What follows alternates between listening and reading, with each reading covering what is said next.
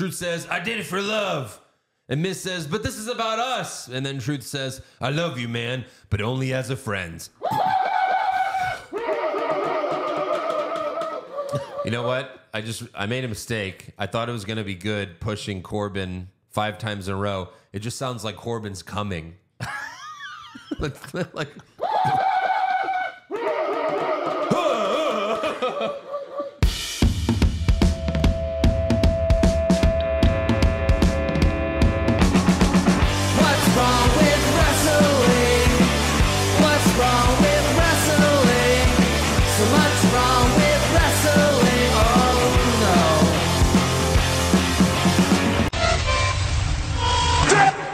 Two. Is this on? I'm gonna snatch that briefcase. My man, snatch that yeet case. Hey everyone, welcome to another episode of What's Wrong with Wrestling. I'm Andrew Bazzano along with Eric Slamilton-Hamilton. What's going on, pal? Whatever they're paying Drew McIntyre, Yeah. it's not fucking enough. I mean, that's a good point. Holy shit. This feud just keeps getting better and better. And every time you think like, okay, well, they can't top that. Yeah. They do. I know. My God. It's getting very personal, especially what he revealed on Raw, like was reminding me of like Gargano and Ciampa's feud in NXT when Ciampa took off Johnny's ring, spit on it, and then threw it into the crowd. Right, like it was great. The great thing about like takeovers back in the day is like they would build the feud from like when one takeover ended to when the next takeover began, and I feel like that's what they've done here. Like they've built this feud since what, Elimination Chamber? Oh yeah, all the way to SummerSlam. I mean, you could even argue Royal Rumble because that's technically where he injured him. Right. For real. Yeah. No, it's been amazing. I mean, it's been 5 months. Yeah. 5-month feud. Right. And they haven't even had a single match yet. I know. And it's the best thing in wrestling. It is. This year. It is. Yep. Like, I think at this point, it might be better than his feud with MJF. Well, why don't we wait to see how it ends? How the match ends? Because him and MJF had, what, 2 matches? 2 matches. They had 2 matches. Like the dog collar match. Yeah. And then was that the title match? No, they didn't fight for the title. They were supposed to. But then Punk got suspended / fired. Or no, that's when Punk got suspended for the first time. So fired. Yeah. Yeah. Exactly. But no, they never fought for the title. Yeah. But no, that feud was amazing. It was. I mean, from start to finish, and the matches were great. These guys have to have matches before we can really say anything. But it's awesome. I mean, they're taking us to the fucking edge. Yeah. Yeah. Edgelords. It's probably the best feud since MJF and Punk. Definitely. In all of wrestling, absolutely. Yeah. For sure. No, it's been great. It's definitely made watching 5 hours of wrestling. I mean, obviously, I watch more than that, but for this specific podcast, right, it makes it go down a little easier. Yeah, like a spoonful of sugar. Drew's the sugar. Yeah, and you take a spoonful of Drew. Why not? It makes the Drew go down easier. I would go down on Drew. Wait, what? Huh? What did I just say? Yeah. You can see his claymore. Oh, God. We've already seen it when that fucking video where he jumps over the top rope and then... Yeah, Drew really helped make wrestling great this week. He did. He did. These shows actually weren't half bad, I thought. No, they were... Yeah, I mean, there was... Raw especially, I thought was really good. Yeah, besides, the Awesome Truth segments. Sure, right. You've got to have that. Yeah, I would agree it was better than usual. Right, look, even when you watch the Attitude Era, there, you had Austin The Rock, but you still had like Godfather versus Road Dogg. Hey, I like those guys. Okay, well, you had like Ken Shamrock versus Taka Michinoku. Oh, I liked Ken Shamrock. Get the fuck out of here. No one liked Ken Shamrock? No one liked Ken Shamrock. I loved Ken Shamrock. You didn't like Godfather or Road Dogg back then? I'm just using examples. I get like cringing at Road Dogg now, but they weren't all superstars. Yeah. Like you had your Gangrels. Sure. You know, your X-Pacs, your Joey abs. Joey abs? What the fuck? Oh, it's not fucking working. God damn it. Aw. I need to fix that. We're gonna need that. Yeah. How do I fix that? Fuck.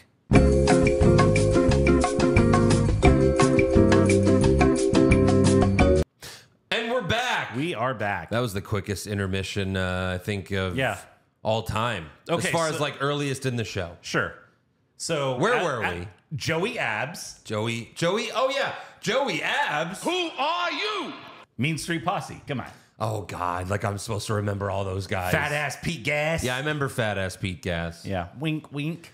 If you're a Patreon. Yeah, no, there was a lot of shit in the Attitude Era as well, especially like some of the storylines that Vince Russo came up with. Oh yeah. You know, a lot of pregnancies, a lot of giving births to different body parts. Yeah. Yeah, that make no sense. Right. I mean, wrestling's never going to be perfect. Let's be honest, especially when it's this long. Sure. That's why NXT, when it was an hour on the network, right, it was like there was no time for bullshit. Yeah. I mean, there was some. There was some. They had No Way Jose, you know.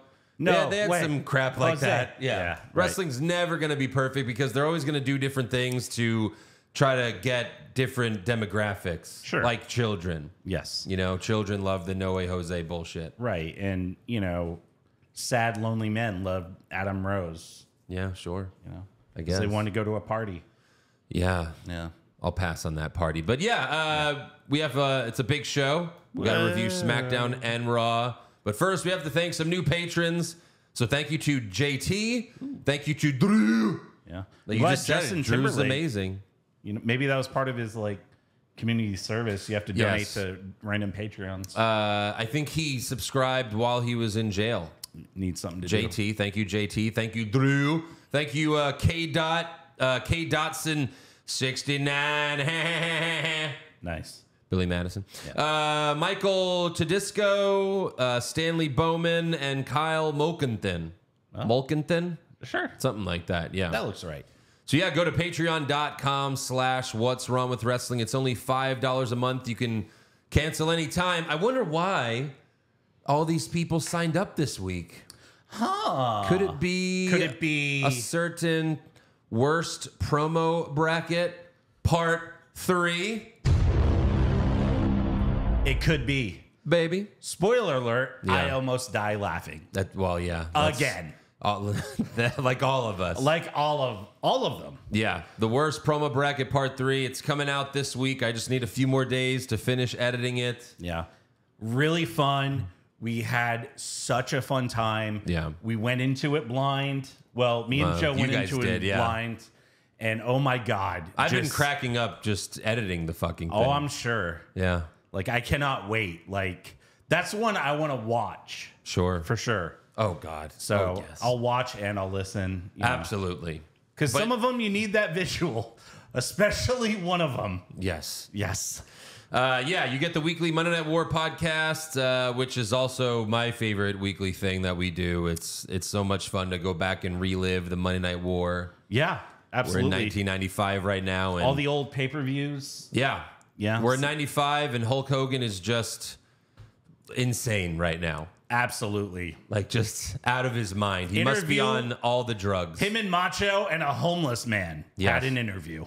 Yes, that's right. There are over 700 bonus podcasts you can't view anywhere else. You also get all the pay-per-view recaps, including this past WrestleMania. We had Backlash, King and Queen of the Ring, Clash at the Castle. And next Saturday is Money in the Bank. Yep. Which that card's, that's you know, I'm worried. Yeah. I'm worried about defending my title. Yeah. Because I've won, 3 in a row now? Sure. And I'm worried because as the card, you know, we're looking at the probable card, like a lot of those people matches are qualifying. Yes. There's a lot of wild cards in there. Oh, what was that? Wild card! Yeah. Right. Like, I kind of like that so far it hasn't been the usual suspects in the match. Yeah. Like, we'll go over some of the winners. I'm getting a little worried. Uh-oh. I don't want to lose my baby. Goldie. I don't want to lose my Goldie, even though there's no gold on it. But I don't want to lose my gold, my Goldie. Touch yourself. Boop. There you are. Yeah, a lot of those matches are, hard to predict. Yeah. I'm not certain on any of them other than, it's like, because Cody's not even defending the belt. No. It's a fucking 6-man, which... I mean, I have my own prediction of what's going to happen in that match, but... Sure. Yeah. But yeah, go to patreon.com/what's wrong with wrestling. Sign up.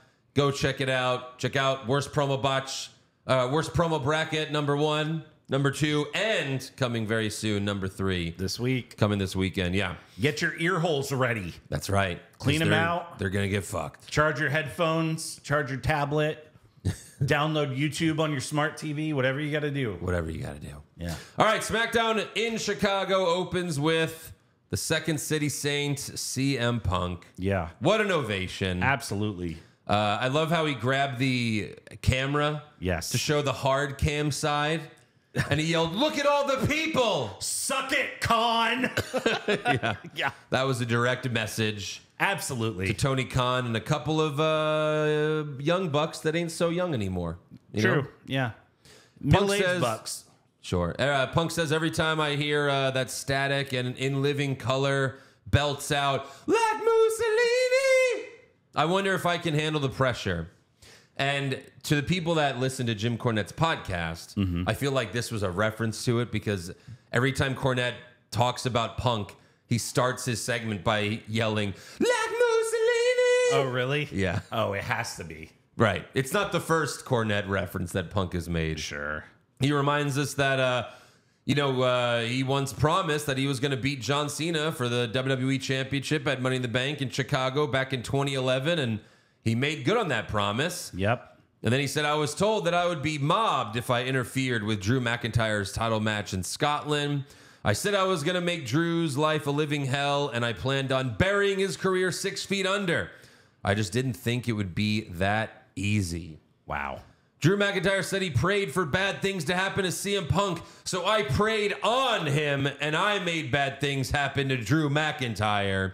And I was planning on doing it again, but he has taken his ball and gone home. Yeah. I like how they're both the heel and both the face in this feud.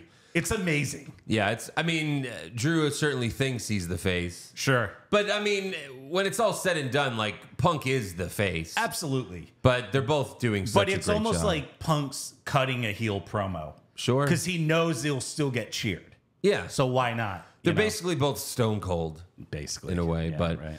Then we hear, ladies and gentlemen, and the crowd goes wild. Yeah. Because we haven't seen... I don't think we've seen CM Punk and Paul Heyman share a segment together since he's been back, right? Unless you count the Hall of Fame speech where Heyman brings up Punk and they look at each other, but I don't know. Yeah. Everyone went crazy. They start chanting ECW. Also, I love the shoes that Punk had. Yeah, the Jordan ones. The Fearless, the retros. Yeah, and it was gorgeous. Red, white, and blue. Yeah. Very nice. Just like his stuff. Yeah. It's a Punk and Heyman reunion. Heyman says it's hot as balls tonight. Oh, and when Mahoney? CM Punk opens a show, it's hot as balls in the Allstate Arena. Yeah. It used to be hot as balls in this studio. It used to be. But we installed a fan. Our number one fan. Yes. This is the first show with the fan. And yes. Houston, Texas in the summer, it gets rough, but yeah, this feels very nice. It does. It's working so well. Right. I love it. Best investment since the Pisano-tron 5000. Absolutely. See a couple of scuff marks on the ceiling. Yeah, that's not from the fan. That's from the background. From this back. Okay. Installing the brick wall panels. Oh, so the install was a process, huh? Yeah. No, you don't point out the mistakes. They can't see it. I could be bullshitting. Yes, that's it. Hey, there it is. All right. Bullshitting. So, fuck you. Heyman mentions he is counsel to Roman Reigns, and the crowd chants, "We want Roman." At this point, we all do. Oh, my God.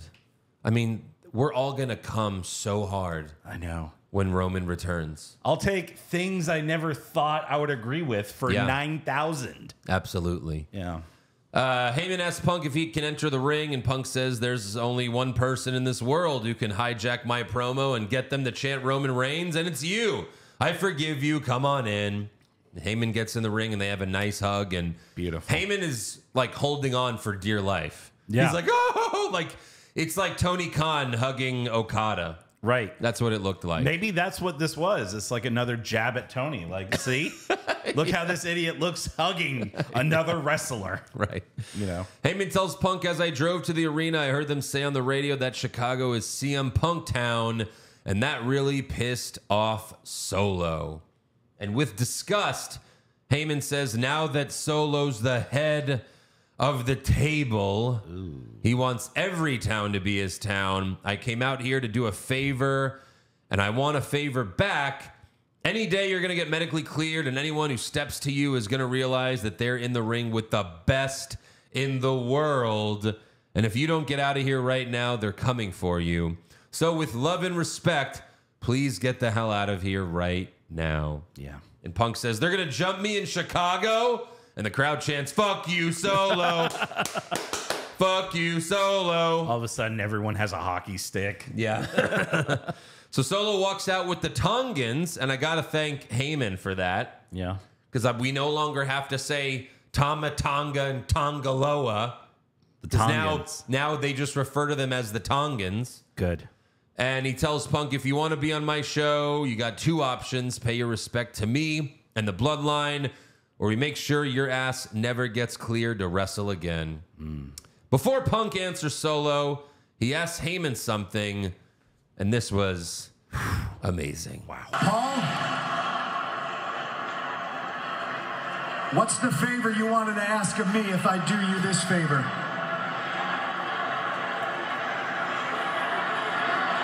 Take me with you? Oh, my God. Holy shit. Must have not. Yeah. Yeah. That was awesome. Wow. Because like that's just them being geniuses. It's like, how about I say this line? It'll make everyone in Chicago and everyone watching be like, oh my God, yes, please. Right. But then obviously we're not going to do it. Yeah, of course. That was fucking great. And you're teasing that maybe it could happen in the future. Right. It's like how Triple H says, you know, I always say anything can happen in WWE. Yeah. And they really like kind of leave that open with stuff when they do stuff like this. Yeah. Like now we all have in the back of our minds like, fuck, what if Heyman went back to Punk? Yeah. Remember the brief reunion with Brock? Oh my God. He was with Brock for like a month. Yeah. And it was like, holy shit, this is great. Yeah. But the weasel that Heyman is, he went back to Roman like. Because he won the match. Yeah. Yeah. All those, yeah, that's right. Because of all the matches Roman and Brock had, and they had a lot, you know, that WrestleMania match in 2022 was terrible. But that. When? Oh, you know, back in. 2022! Yeah. But that Saudi Mania match they had, where Heyman tossed the title in the ring, and it was in the middle of both of them. So you're like, oh my God, who's he helping? Yeah. But the correct answer is Heyman's helping whoever grabbed it. Correct. Yeah, I was helping you. Yeah. See, I did that for you, buddy. That was really good. Yeah. So Punk holds up a 1 and tells Solo, I acknowledge that I don't see the bloodline in front of me. I see a bunch of fake-ass Usos and a phony cosplay tribal chief. Oof. So the bloodline gets in the ring, but Cody Rhodes runs out with bats and gives Punk 1, and the bloodline retreats. That was smart of Cody, like... Bring bats. Help Punk, and Chicago won't boo me. Yes. Not that they were going to boo him, but I'm just like, right. This guarantees that they're going to love me. For sure. When I come here. Yeah. Because obviously they care about Punk the most. Yeah. AEW chants, you know. Yeah. So Cody tells Solo, I've already beaten 1 head of the table. So leave your family backstage and we'll settle this tonight. I doubt it, but okay. And Solo's like, yeah, all right.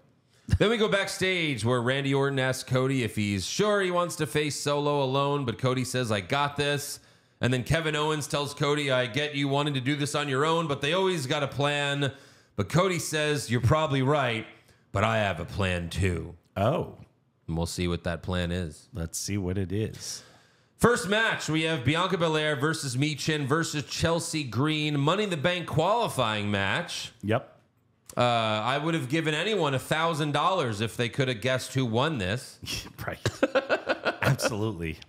But it was a nice surprise. I guess it makes sense since Belair and Cargill are still like, you know, I said when they lost the belts at Clash, they're going to win these back at Money in the Bank. Right. It seems like that's what they're going to do. They could. Before the match, Jade tells Belair she's going to speak with Nick Aldis about their rematch. So, yeah. Yeah. But the match starts with Belair and Michin taking turns punching Chelsea until Chelsea falls and rolls out of the ring. Then a little bit later, Chelsea gets back in the ring too slow. So Belair has to stop running and wait for Chelsea to punch her. Oof. Then Belair and Michin were hitting each other with some weird punches outside the ring. Like, did you see that? They were just like this. Rock'em Sock'em Robots. I think they do a better job of throwing punches. Yeah, maybe. But Chelsea hit them with a suicide dive, which was like, oh, I didn't know Chelsea could do that. Oh. Okay. Yeah. Then Belair went for a back suplex on Chelsea Green from the second rope, but Michin got behind Belair and gave her a back suplex while Belair gave Chelsea a back suplex. Everybody back suplex. Sure. Then Michin hit Belair with Eat Defeat. I mean, for God's sakes, I came. But sorry, that just went off. But Belair fell out of the ring. Bare feet. Yeah. That's such a dumb move, though. I know. It really is. That was Enzo's finisher when he turned heel. Remember that? Yeah. But it wasn't called Eat Defeat. It was like, fuck your mother or something like that. Yeah. Fuck your mother. Bada boom ragazz. Yeah. I think that's what it was called. Maybe. Yeah, then Chelsea almost beat Michin with a roll-up, and the crowd got so excited. Michin gave Chelsea a Styles Clash, but Belair broke up the pin. Yeah. In the end, Belair gave Michin a big German suplex that Michin did a backflip to sell. And then Belair hit the KOD, but Chelsea threw Belair out of the ring and pinned Michin to steal the win. Yeah. And Chicago went ape shit. Yeah. Ape shit. For sure. How is she this over? Or were they just excited for an upset, or is she actually this over? I think she's this over. But why? People love her. She's been like apparent. Have you ever like seen any of her Lucha Underground stuff? No. Apparently, she was amazing in that. Really? Yeah. Yeah. Like what? Yeah. How? She's okay, but she's not a good wrestler. We know that. She's not bad. She's not pulled good. off that suicide dive. Ah, she did a suicide dive. You know, she can hold her own in a match. I mean, the match was fine. Yeah. But it's not like it was her. Right. I don't know. It's just a goofy, silly gimmick that she's doing. So? If she fucking wins it, I'm going to be pissed. She does not deserve to win the Money in the Bank briefcase. Yeah. That would be ridiculous. I mean, how many botches for Chelsea Green in the Money in the Bank ladder match? None. None? Yeah. Are you serious? No. The women's Money in the Bank ladder match always has botches. I know. I mean, the men's do too, but the women have more. Yeah. Especially because a lot of them struggle to pick up a ladder in the first place. Right. That's the problem. Yeah. But we'll see, I guess. I don't get the Chelsea love, though. Backstage, Blair Davenport tells Bayley that she's going to win her Money in the Bank qualifying match next week, and she's looking forward to cashing in on her. Blair Davenport? Where the... Since she's been on the show, has she had a match? I don't think so. She's just lurking backstage. Yeah, she's a lurker. And I had to look her name up because it's like... They have not done a good job of telling us who she is. No. They've done a good job with the other, draft call-ups. Kiana James, Lyra Valkyria. Yeah. Carmelo Hayes, obviously, he's been around. Braun Breaker. But they just Blair Davenport is just like, who are you and what are you doing here? Yeah, right. But I guess she's going to win it. Yeah. I don't know who she's going up against. It's like, it's... One of the matches has Indy Hartwell, another one has Candice LeRae. Okay. But I'm sure she wins her match. Unless she's going... Yeah, because even Jade Cargill's going to be in one, but Jade's not going to be in it. Shit, like, are they going to have qualifiers next week? Yeah. Right before? Mm-hmm. Shit. I think so. Or will they all be done this week? Oh, on SmackDown this Friday? On SmackDown and then Raw? Maybe. I don't know. I would imagine so. They got to take into account we got to do predictions. Yes, please. You're right. No, yeah, I think you're right. I think by the time Raw rolls around, they'll have all of them. Yeah, I think so. Also backstage, Caleb Braxton interviews Grayson Waller, who says he's going to win his Money in the Bank qualifying match for Austin Theory, who's not here tonight. He's selling the knee Ciampa gave him the week prior. And then DIY walks up, and Gargano says he doesn't care about Austin. He only cares about himself. And they were standing... This was just to get us to something else. Yes. Because they were standing in front of a garage door, and we hear banging on the other side.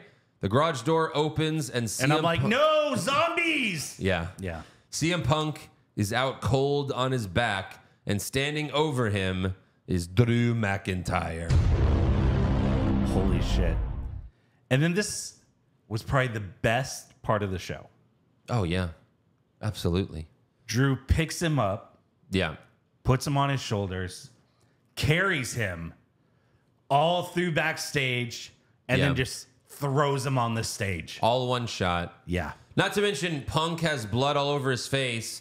And to add to the realism, Drew's fists were covered in blood. It's great. That was awesome. I like this. So it looked like the visual, like that you could picture what happened. Drew just beat the fuck out of Punk, just punched him in the face over and over again. I like that they're getting like a little bit more visually realistic. Yeah. You know, even on Fox to do the blood like that, right? Absolutely. Yeah, it was great. Yeah. Drew, he drops Punk on the stage, and then he gets down on one knee and starts to mimic Punk's entrance. Oh my God. He starts doing the circle. Jesus. And then, careful, Eric's about to come. I better scoot away a little bit.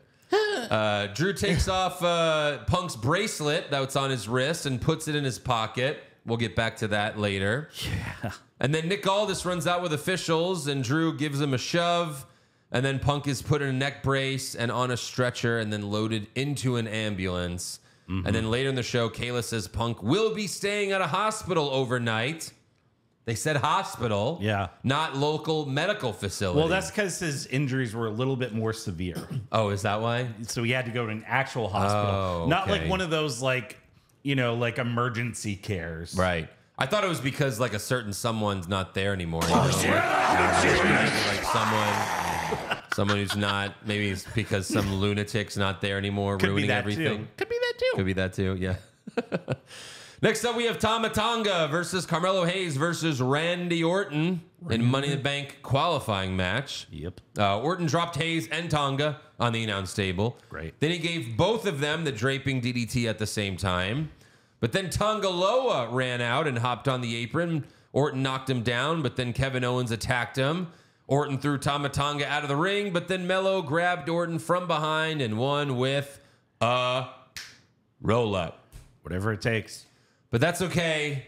That roll-up's okay because he's a heel and because it's Randy Orton. Correct. And you can't have Carmelo Hayes hit his finisher and beat Orton clean. Yeah. It's a little too soon for Carmelo Hayes. Right. So that roll-up's okay. Yeah. That roll-up makes sense. Yeah. You know? And Orton doesn't need to be in the Money in the Bank match.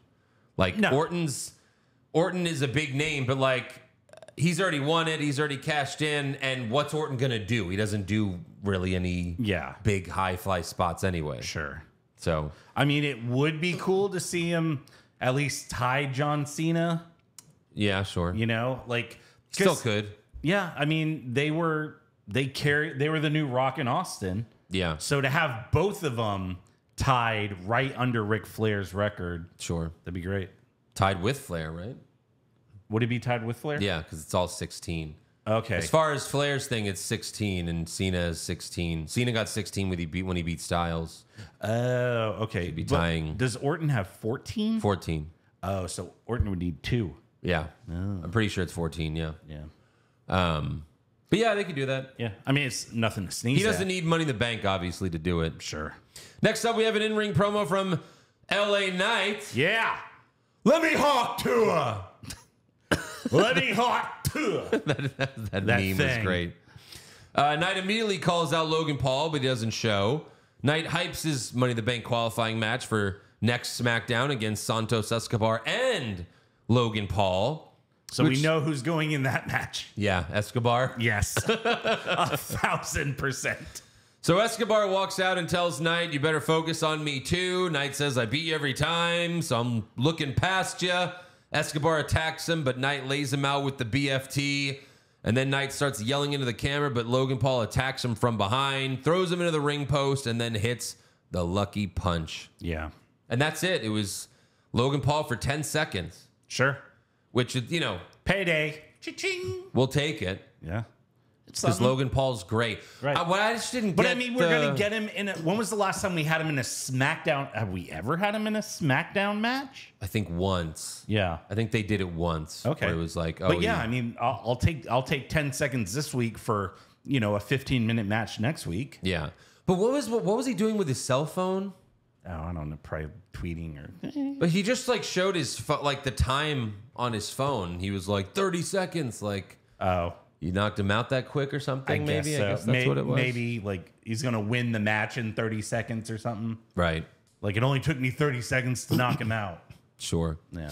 Next up, we have Grayson Waller versus Andrade versus Kevin Owens. Money in the Bank qualifying match. Yep. However, the Tongans attack KO as he makes his entrance, but Orton chases them away with a chair. Owens can barely walk, but he gets in the ring anyway. And right then, you're like, well, if Orton's not qualifying, yeah, then certainly Kevin Owens isn't. And like, I get Kevin Owens is probably never winning any of the main belts ever again. Unfortunately. But like, the fact that he never got the Money in the Bank briefcase, I know, is so upsetting. It is. Like, Triple H gave him such a good run. Like, how can he not be like, let's get you the belt again and see if you can make magic happen twice? Yeah. I get it. You got to push the new guys, but sure, it's not happening. I mean, this guy hasn't won a singles title since 2017. Still. Fuck. It still has been that long. 7 years. It's fucking crazy. It's fucking insane. Right. It's very offensive to me. Well, when you've been feuding with the Bloodline for 4 years, Right. Waller kicks Owens out of the ring, and Andrade hits Waller with the back elbow and goes for the pin, but Waller kicked out. That was nice because you thought maybe for a second, oh, this is going to be like a 15-second match. Sure. Because Andrade's back elbow is that good. Yeah. Even though it's not his finisher, it fucking should be. Right. Because it doesn't need to be a finisher. Because it's an elbow.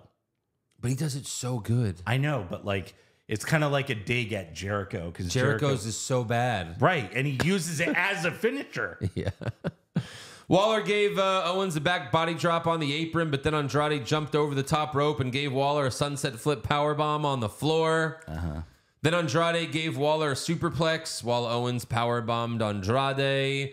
KO hit Andrade with a swanton bomb, but Andrade kicked out. Then Owens hit Andrade with a stunner.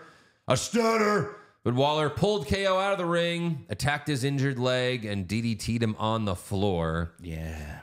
And then the end of this match was really cool. Waller did his roll into the ring, but when he popped up, Andrade caught him with the message for the win. Which was great. It was really smooth. It was perfect. Right. If only Andrade still did the DDT. Imagine if he did that roll, jumped up in the air, and he DDT'd him instead. It's fucking great.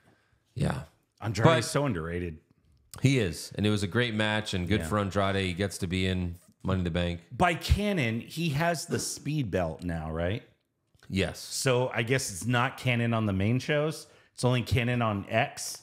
I guess. I think they mentioned he was speed champion. But he didn't have the belt. No, because why would you come up with that shit? Right. Like, that's only for Twitter. Yeah. But like, it's cool that these lesser names are getting a chance to be in this match. Sure, because you look at... But to me, that just means it's obvious that it's going to be Jey Uso. Because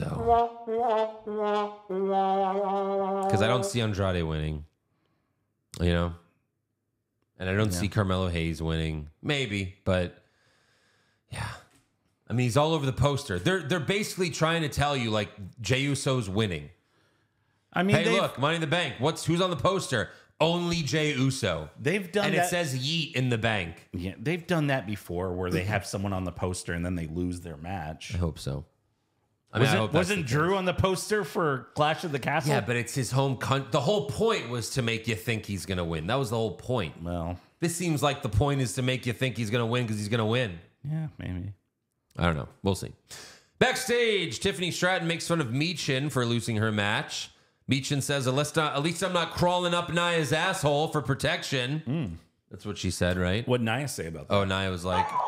Yeah. So Stratton goes for a slap, but Michin blocks it and slaps her. Oh. But then we hear... And Nia runs over Michin. Jesus. Is that the Waterboy's mom? Yeah. So that's that. That is that. Next up, we have Cody Rhodes versus Solo Sikoa. Before the match, Heyman tells Solo, Roman told me that CM Punk gets hands off, and Cody Rhodes is not something that you handle because once Roman comes back, but Solo cuts him off and says, I hate to be the one to tell you this, wise man, but Roman ain't coming back. I'm sorry. Is he, though? And Heyman looked devastated. Yeah. Devastated. And again, that's just so that when he comes back, we're going to be even more excited. Absolutely. You know? This match only went a few minutes because they're saving this for another time. Cody whipped Solo into the steel steps and then set up for a crossroads, but the Tongans jumped him for the DQ. And then Solo was about to shove his thumb in Cody's neck, but KO and Orton ran/limped out for the save. Owens hit a stunner. Orton hits an RKO. Solo starts to beg for mercy, but then he starts laughing. And that's where we have Jacob Fatu. Who are you? A.K.A. Fat Jimmy Uso. Yes. Because everyone at first you're like, is that Jimmy Uso? And did he gain some pounds since Did he gain 40 pounds since he's been injured? So Fatu super kicks Orton, super kicks Cody. Owens super kicks Fatu, but he no-sells it and clotheslines Owens.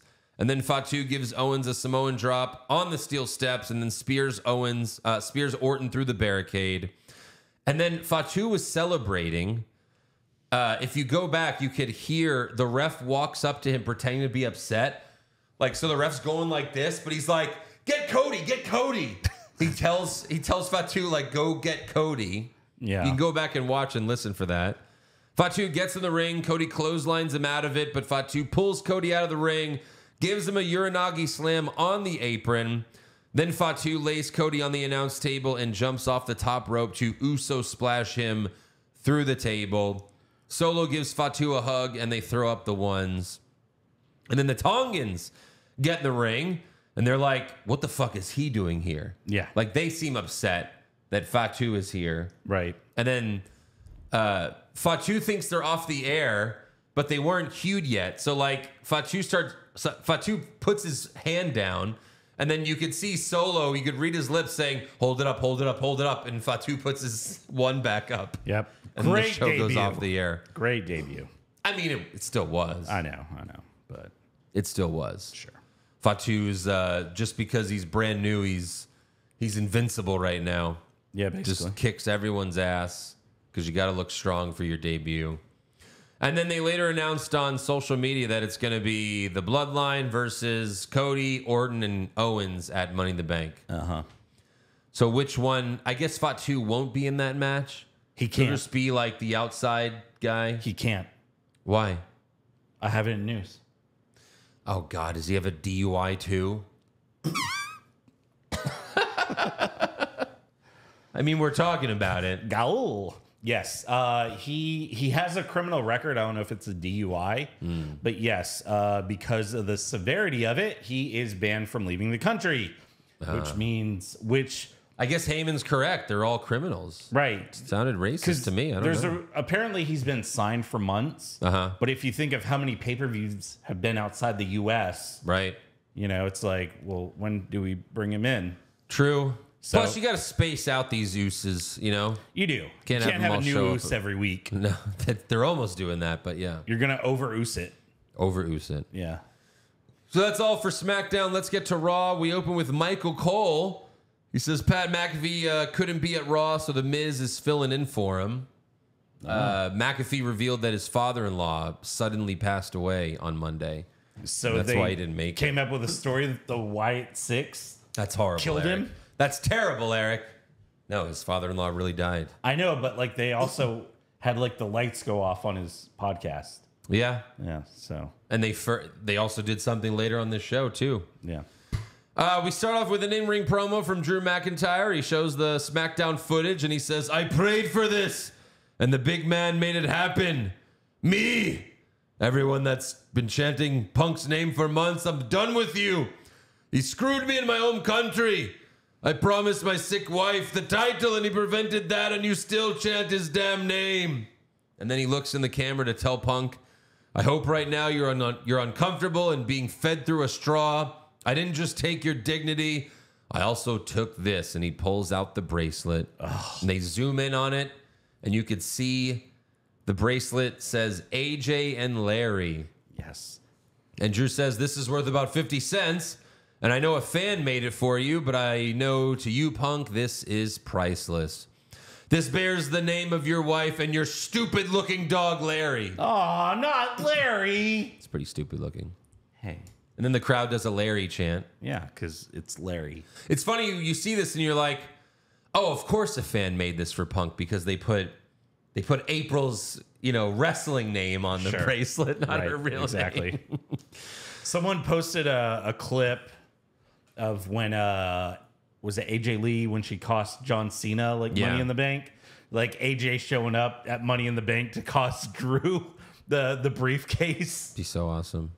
Could you imagine? We want AJ back so bad. We haven't seen her in years, and she shows up and pushes over a fucking ladder. I know. Oh my God. When you love wrestling, but dick is life, right?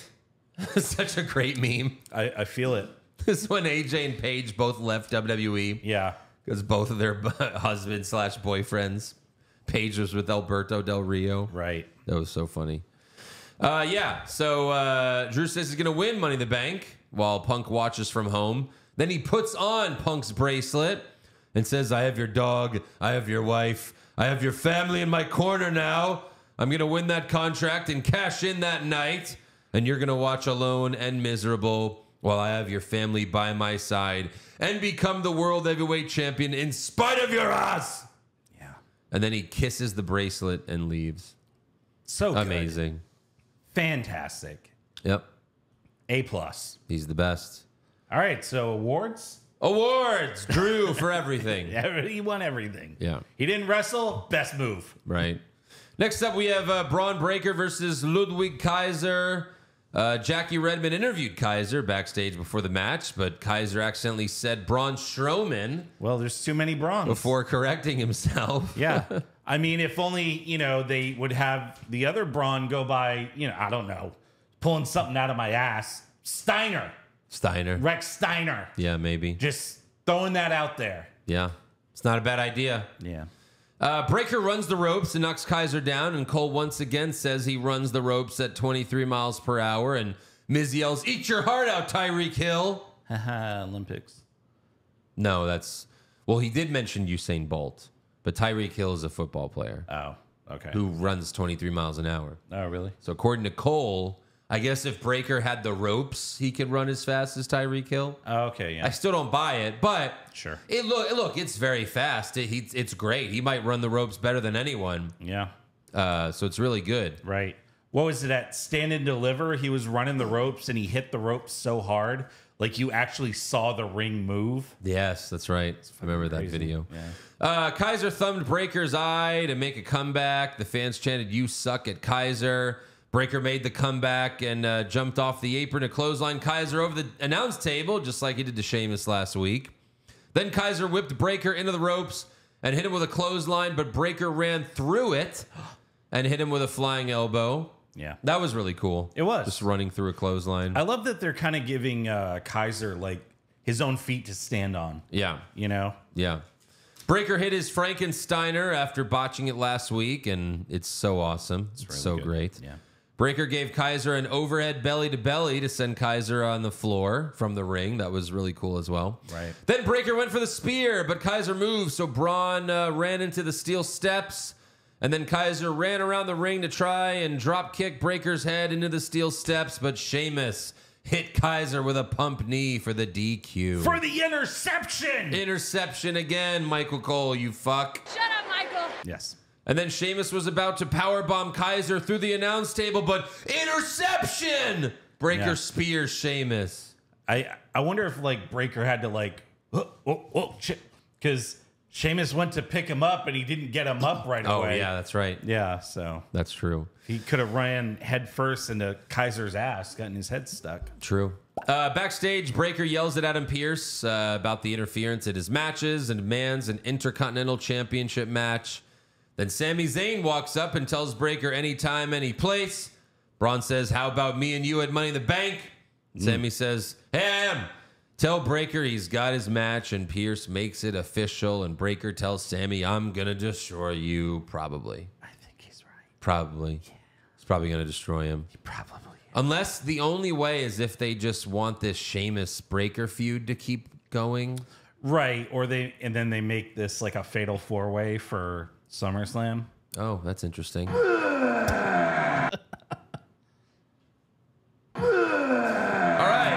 In Judgment Day's locker room, the boys are eating food and playing WWE 2K. But Dominic says, oh, these are all gifts from Liv Morgan. Yep. And then he gets a text or sext. I'm going to go with that. From Liv. And he shows the boys. And Carlito says, that's cool.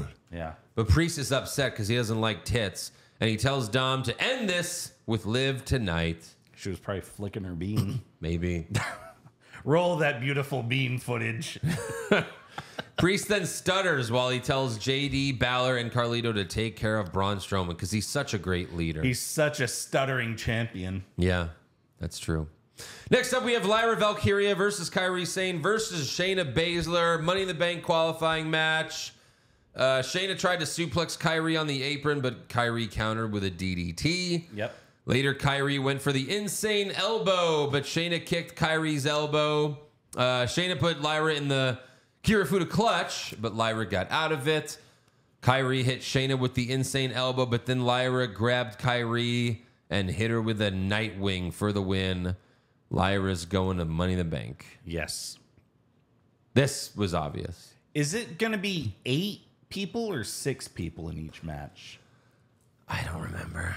Because I want to say 6. So far, 4 men and 3 women have qualified. I think it's 6. Yeah. I remember one year it was like fucking 10. Really? Yeah. Yeah, that's too much. That's when they used to do it at Mania, though. Yeah, that's right. Yeah. Then we go backstage where Pierce tells Drew that he has to qualify for Money in the Bank, and he says, all you've done is disrupt things on both shows. I mean, he's not wrong. Drew says, did I deserve CM Punk screwing me over in Scotland? I believe you're going to do the right thing because if you don't, you're going to find out the meaning of the word disruption. Yeah. So that's the other thing is Drew's probably going to be in Money in the Bank. I don't see Punk screwing him over the qualifying match. That's not really big enough. No. And the qualifying match is actually going to be Drew versus Dragunov versus Sheamus. Oh, okay. So Kaiser will probably distract Sheamus. Yeah. Braun will kill Dragunov. I don't know. Yeah. So, yeah, I could see Drew winning this. Or like this match, this qualifying match. Yeah. Yeah. So next up, we have an in-ring promo from Liv Morgan. She says, oh, Dominic, I hope you like those gifts I sent you, but I hope you like that text I sent you even more. Bust a nut. Yes. I know you're playing hard to get, Bust a nut. But once you realize that this is what you really want, Bust a nut. I promise I have so much more in store for you. Bust a nut. Rhea's never cared about you the way I do. Bust a nut. So, Daddy Dom, Bust a nut. will you pretty please come out here? You can thank me for the gifts. Come Bust a nut. out here. You can thank me for the gifts, and I promise to give you one more in front of all these people. Yeah. But then out walks Zelina Vega, and I'm just curious, like, how much do clothes cost in The Matrix? I love that. She looks so stupid. Looks so dumb. She's right there. Look, remember when she used to look human? Wow. I wouldn't She say looks like so great. non-human, but Non-human. like, okay, Twitch, yay, fun. Hey, Zelina, what's Zion like? Is it really an orgy every day? Yeah, is it like, fucking EDM cave dwelling? It's crazy because they were both wearing like heel boots, but like Liv towered over Vega. Sure. Well, Vega's like this, Vega is this tall in real like life. 4 feet tall. For real. Vega's like a legal midget. Yeah. Holy shit. But Vega was good here at first. She says, I don't know why you're obsessed with Rhea's sloppy seconds. Ho-ho. While you're out here chasing Dirty D, I'm chasing the Women's World Championship. And then Liv says, I didn't forget about my championship. I took out Rhea, and I put Becky Lynch into early retirement. Then Vega tells Liv, how about you put that title on the line? On the line. If you pay attention, Vega delivered that the same way as when she played AJ Lee in Fighting With My Family. She goes, I'll even put my title on the line. Yeah. So I feel like she did that on purpose. Sure. Fan service. Liv says, well, no, I'm busy tonight, so next week. And then Dom comes out and Liv sits on the second rope to let him in. The crowd chants, sloppy seconds. Oof. But Liv says, I don't care. Yeah. That was a great response. My God. Dom tells Vega, I know you and Mommy have had your differences, but I'd rather see anybody with the Women's World Championship than her. Vega says, I don't need your help, but Liv attacks her from behind. Then Rey Mysterio runs out and pulls Liv off of Vega. Dominic shoves his father down, and Liv looks at Dominic. Shove his father. His father flies 7 feet across the ring. Yes. Amazing. And Liv looks at Dom like, you saved me. Yeah. Like my hero. And then Liv follows Dom to the back and says, now I know you want this as much as I do. And she gives him a hug. And then R-Truth walks up. Yeah. It's so funny. Like, you remember what Liv said to Rhea? Yeah. That I'm going to take everything from you. Mm-hmm. And that's what she's doing. Yeah. Everything. R-Truth. I know. R-Truth even. Key founding member of the Judgment Day. Yeah. Yeah. Truth says, Tom and Nick Mysterio is playing hard to get, huh? And she says, what if I do something special for him? Like, can Finn Balor and JD McDonough get a shot at the tag titles? And Truth says yes, and Liv tells him to get it approved by Adam Pearce. Liv walks away, and then Truth says, oh, he's liked Carmella. And then Miz bails on commentary and runs to the back to try and stop Truth. Yeah, right. Like, thanks. Okay. You fuck. Right. Like, now can Miz kill Truth? Please? Yeah. Please. Next up, we have Chad Gable versus Bronson Reed versus Braun Strowman for the Money in the Bank qualifying. Why are you in this match? Yeah, Money in the Bank qualifier. Wow. Yeah. Gable arrived to the arena with security and a bandage on the side of his head, where he was shot. Yeah, shot. But he's alive. Right. Torn pec, you're out 7 months. Yeah. Blow out your knee, you're out 9. Shot in the head, back next week. That's right. Yeah. Gable comes out and says, do you believe in miracles? Obviously I do now. The rumors of my demise were greatly exaggerated. Chad Gable cannot be killed. Chad Gable lives. That's so good. Then the LED screen glitches out as Gable enters the ring. Right. So they're still telling some, what is the payoff with Gable and the Wyatts? Yeah. I'm trying to figure that out myself. I mean, I'm interested. Sure. In a good way. I'll see where they go with it. Yeah. I'll let it ride. Gable chops Reed and Braun, but they no-sell it, and they knock him down. Reed bumped Braun into the ropes, and Braun was supposed to bounce right back and knock Reed down, but Braun almost fell out of the ring. You dumb fuck. Oh, no, sorry. Oopsie daisy. Yeah. Then, by the way, Braun should grab the mic and be like, hey, what the fuck, Wyatt Six? Why am I not in this group? For sure. Yeah. Then Reed hit Gable and Braun with a suicide dive. Braun does his choo-choo train, but runs into the ring post soon after. Then Gable gives Reed a chaos theory, but Reed kicked out. And then Balor, JD, Dom, and Carlito run out to attack Braun outside the ring, and Gable hits Reed with the moonsault for the win. Yes, the angle salt. Angle salt, sure.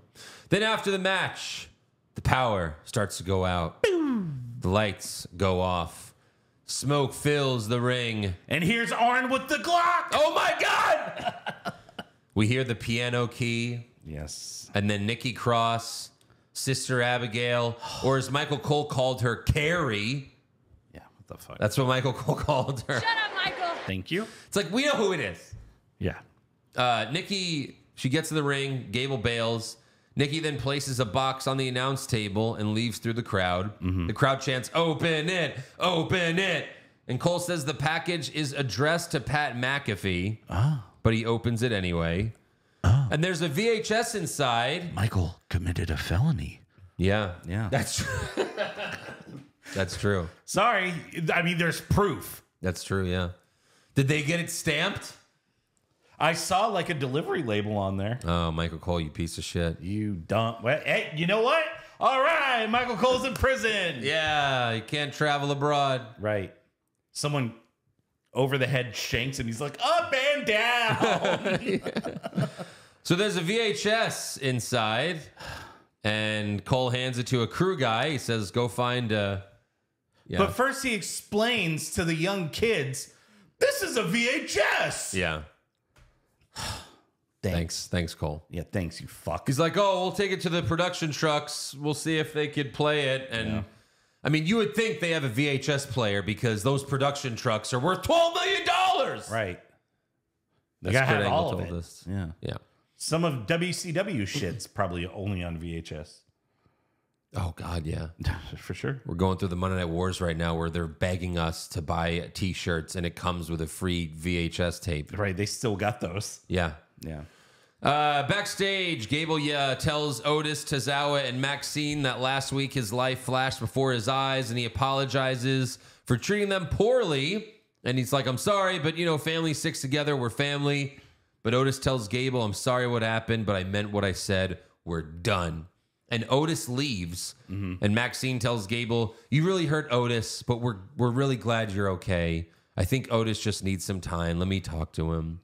And she leaves. But then Ivy Nile and the Creed brothers walk up and ask Gable if he's okay. Yeah. He's like, let's talk. Right. Yeah. But again, I wonder what all of this is going to have to do with the Wyatts. Sure. I mean, you're going to need 4 men and 1 woman. Yeah. To fight the Wyatts. So they get, wait, Is Otis, that what that's going to be? I don't Otis, know. the Creed brothers, and Ivy Nile. That would not be good if the Wyatts. There's no way they're going to do that. No. They're not going to do that. Fighting One of them fighting Gable would be fine, but having them wrestle against Maxine and Tozawa is no. No. The Creed brothers, Ivy, and Otis, and Gable. Yeah, maybe. I doubt it, though. But still, it's no. Next up, we have Alba Fire and Isla Dawn versus Potty Pussy. It's a potty in your pussy. And Michael Cole says if Party Pussy wins with their pussies, then they can maybe get a title shot. You know, if Party Pussy wins, Christopher, then maybe they can get a title shot in the near future. Possibly, maybe, probably not. Gabagool. Party Pussy hits the pussy stand on Dawn, but Fire breaks up the pin. Then Party Pussy goes for the after pussy, but it fails, and Fire and Dawn win with a really dumb finishing move that has nothing to do with pussy. Yeah. But it sucks. You don't like their finisher? No. How? That's so unnatural. I'm going to put you on my back backwards, and then you, face planner? The Gory Bomb? The Gory? Gory Bomb. Who did that? Gory Guerrero. Who the fuck is Gory Guerrero? Gory Guerrero? Who are you? One of the Guerreros? I think it's... Did he wrestle in WWE? No, but No. You know, Eddie, that whole family. Yeah. Yeah. But who's Gory? Gory Guerrero's a person? He is. Where did he wrestle? Probably AAA. Oh, come on. Come on. You can't expect me to know AAA. I mean, you know. Just the name. Died in 1990? I was 4. The fuck is this? It was Eddie Guerrero's dad. Okay. Yeah. R.I.P. Yeah. But no, I don't like this finish. Okay. So Eddie did this move with Chavo or what? No, he didn't do it. No, his dad did it. His dad did the gory bomb part. Yeah, but it's 2 people. I know, but like Isla Dawn gets like with the Russian leg sweep part. Uh-huh. Like you can do the gory bomb in the game. Sure, you can do every move in the game. Okay. Whatever. They win. They won. After the match, Damage Control beats the fuck out of them. Io hits Fire and Dawn with Over the Moonsault. That's what's important. Yeah. Backstage, Priest opens Judgment Day's door and Liv is walking out, spitting out jizz or something. I don't know. Priest walks in and finds only Balor in there. And Balor says, Liv got Dom a match against Ray next week. And she got me and JD a tag title shot tonight. And I'll take what I can get. Liv seems too good to be true. And Priest is like, yeah. Chavo used to do it. But that's a little different. I mean, that's the part that Alba Fire does, basically. Yeah, I don't love it. Okay. It looks weird to me. All right. It's unnatural. All right. Sorry. I'm sorry I offended you. Oh, God. You're lucky I didn't push another button when you brought up Gory Guerrero. Push it. I'll accept that one. I'll do it. I'll do it. You fucking mark! Don't care. Also backstage, Miz yells at Truth for making the tag title match. Truth says, I did it for love. And Miz says, but this is about us. And then Truth says, I love you, man, but only as a friend. You know what? I made a mistake. I thought it was going to be good pushing Corbin 5 times in a row. It just sounds like Corbin's coming. like the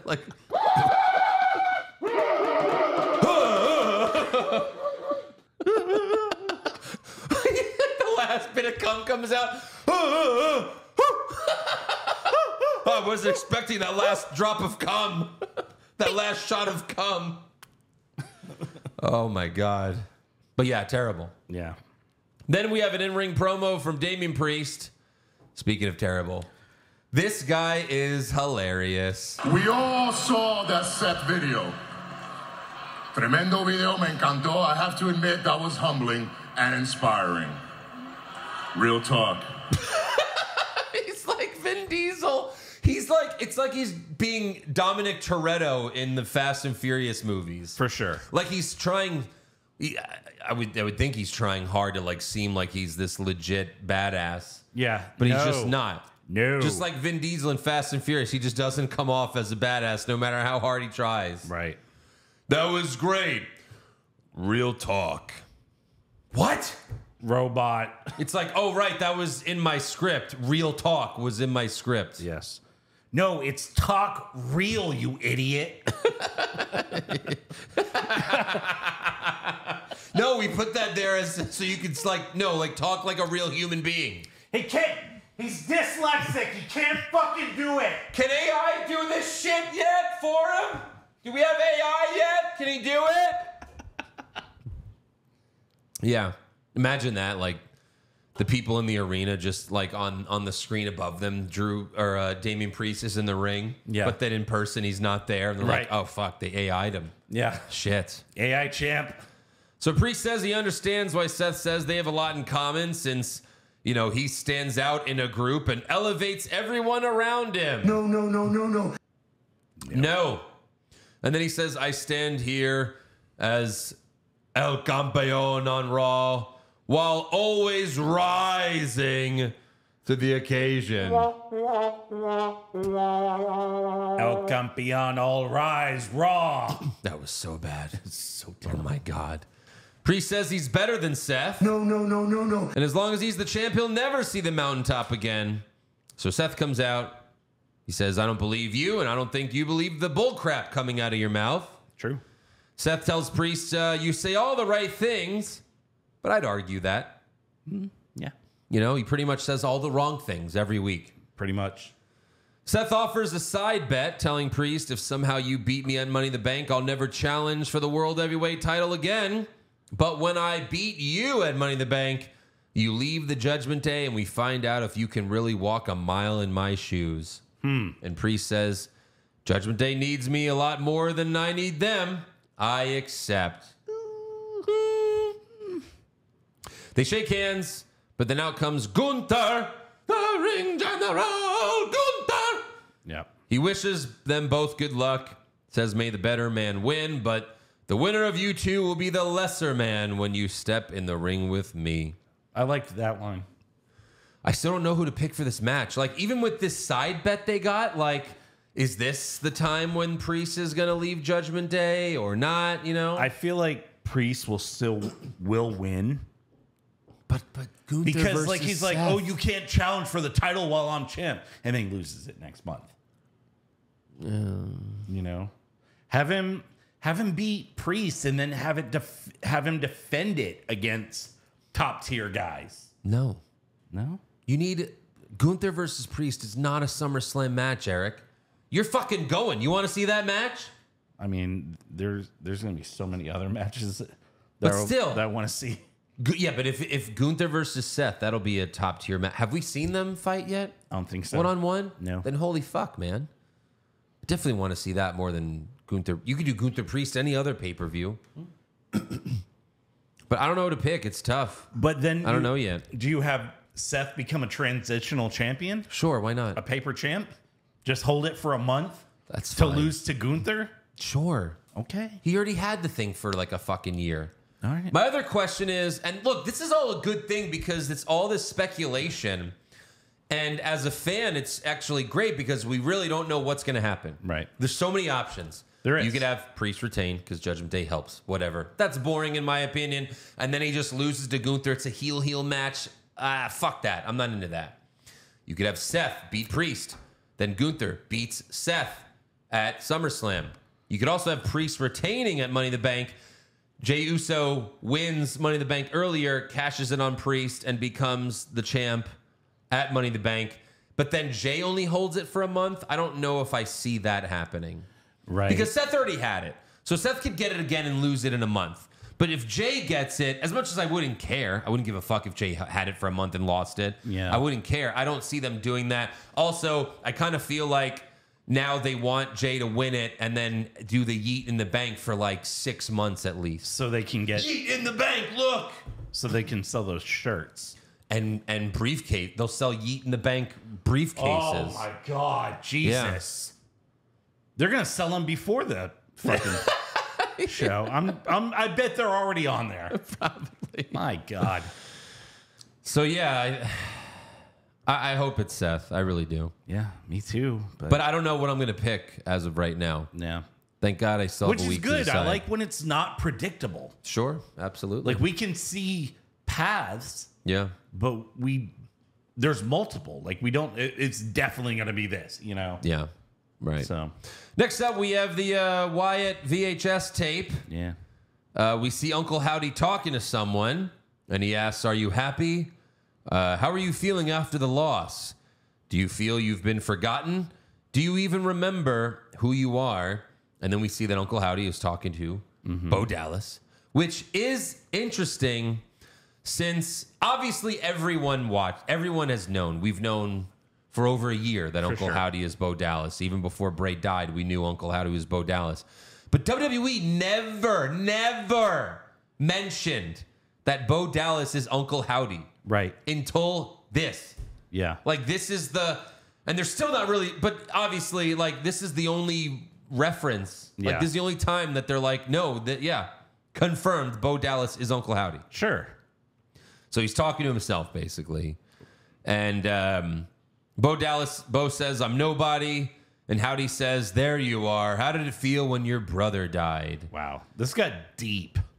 Yeah. And he says, like the most important thing in my life was taken away from me. Like nothing was ever going to matter again. And Howdy says, don't you think you're exploiting your brother's legacy? And this was Bo's like real response. All I ever wanted my whole life was to be like my brother. I looked up to him and I wanted to be him. And I worked my entire career, my life, so I could have the opportunity, so I could work there next to him. And we were We were gonna rule together. And we'd finally made it. We were there and we had it.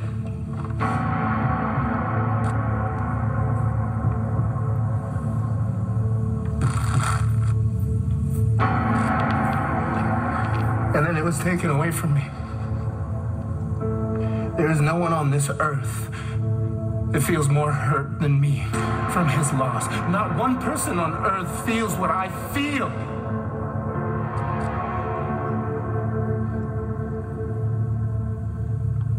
But what am I supposed to do? Let him become a mausoleum? Let everybody forget about what he stood for, what he fought for, what he believed in. They wanted to forget about me. They wanted to forget about all of us.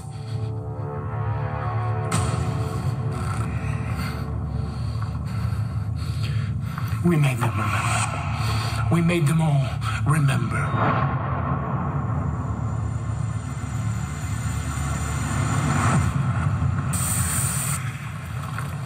Yes, we did.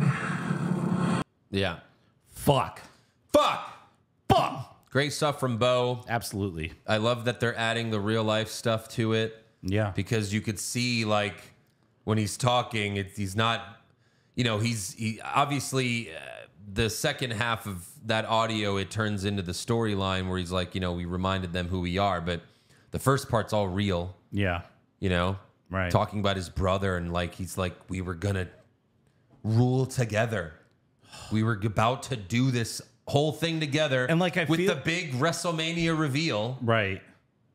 Like I feel like some of these like questions that were asked, yeah, were like things that people said to him on Twitter. Oh, sure, you know, which kind of makes it even better. Yeah, exploiting your brother's legacy. Yeah, which I don't see how anyone would see it that way. That's so you're honoring it for sure. You know, yeah, like everyone wanted this. It's literally. A great catharsis for Bray, you know what I mean? It really is. For everything that's happened. For obviously for Bo, especially Bo, but like the fans as well, you know? Right. Everyone loves this so far, and they're doing a great job. And people are like, oh, I thought they weren't going to do supernatural shit. This isn't supernatural. No. This is video editing. It is. They're not teleported. Once they start like, you know, doing magic. I mean, The Undertaker shoots lightning. Yeah, right. In Out an of arena. His cock. That shit's dumb. Yeah. Lightning dick. Lightning dick. but yeah, like, you know, they're slow playing this. Sure. And it's working. Right. He can't just cut a promo. Like I said last week, just can't just go out there and cut a promo and be like, hey, so that was pretty cool, right? You know, you got to keep the mystery. Right, for sure. You got to keep the mystery going for a while. And they only had Bo on there. Yeah.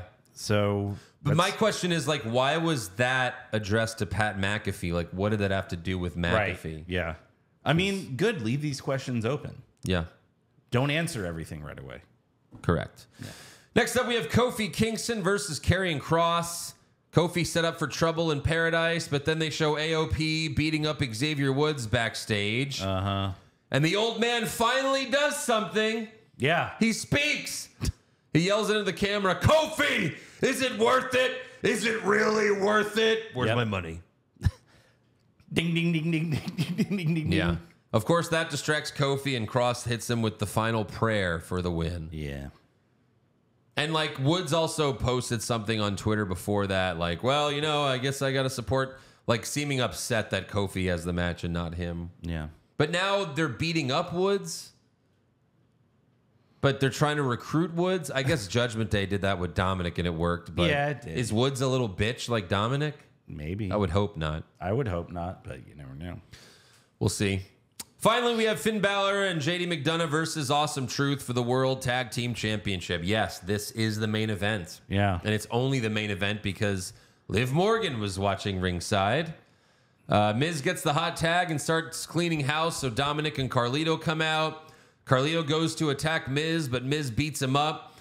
In hindsight, Miz should have just let Carlito hit him for the DQ. Sure. Like, Miz was all pissed off that they were having this match in the first place. Yeah. Boom. You retain. Then Miz DDTs Balor and JD at the same time. Dom distracts Miz, so he kicks Dom from the ring.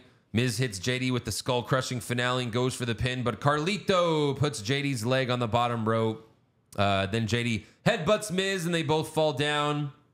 Liv tends to Dom, but then Braun Strowman runs out and chases Dom and Carlito through the crowd, just like last week. Yeah. Truth and Balor get tagged in. Truth hits Balor and JD with a 10-knuckle shuffle and is about to give Balor an attitude adjustment, but Liv hops on the apron and gives Truth a hug, thanking him for helping her with Dom. But JD distracts the ref and Liv pulls Truth's neck down on the top rope. Balor hits Truth with the coup de grace. I'm still, since they fucking changed it. Yeah. But coup de grace for the win. JD and Balor are the new World Tag Team Champs, all thanks to Liv Morgan. Yep. And then JD and Balor hold up their new belts, but then Liv stands in the middle of them and holds up hers too. And they all fucked happily ever after. Yes. Yes. But they don't stop her. No. They don't, they're just like, okay. Like, fuck it. She's in. She helped us. Yeah. Yeah. That's where they're going with that. Right. So she's convinced two of them. Yeah. Balor and JD have the tag titles, but hey, look at the positive side. Sure. Truth and Miz don't have those titles anymore. Right. That's a fact. Yeah. You can't argue that. All right, let's do some awards. Who did you have for worst dressed? Worst dressed, I had Shayna Baszler. Shayna Baszler? Okay. Yeah. I had Morpheus. I'm sorry, Zelina Vega. Nice. Yeah, Zelina Vega. Yeah. I can't. I'm sorry. I can't do it. Yeah. I just can't do it. Best dressed? I had Chelsea Green. I went Liv Morgan. Chelsea Green's hot. Yeah, I'm not saying she's not hot. Liv in that Daddy's Girl shirt was pretty good. Yeah. I'm not saying she's not hot. She's not hot. Worst acting? I had Braun Strowman. I had Damian Priest. Okay. Best acting? Drew. Yeah, it's got to be Drew. Yeah. He was on both shows. Honorable mention to Punk and Bo Dallas and Absolutely. Paul Heyman. But Drew did double duty. Yes, Yeah. he did. Worst comment? Celtic Warrior with a massive interception. They're not playing XFL. Fuck. You schmuck. Truth. Calling Liv Carmella. Carmella or whatever. I like Carmella. Yeah. Best comment? Take me with you. Take me with you. Yeah, it's got to be it. Heyman, That's it. for sure. Yeah. Worst match? The Witches versus Party Pussy. Sure. Super slow mo. Strowman, Reed, and Gable. Ooh. Come on. Two big slow guys. Sure. And interference. All right. Yeah. Sure. Best match? Orton, Tonga, Hayes.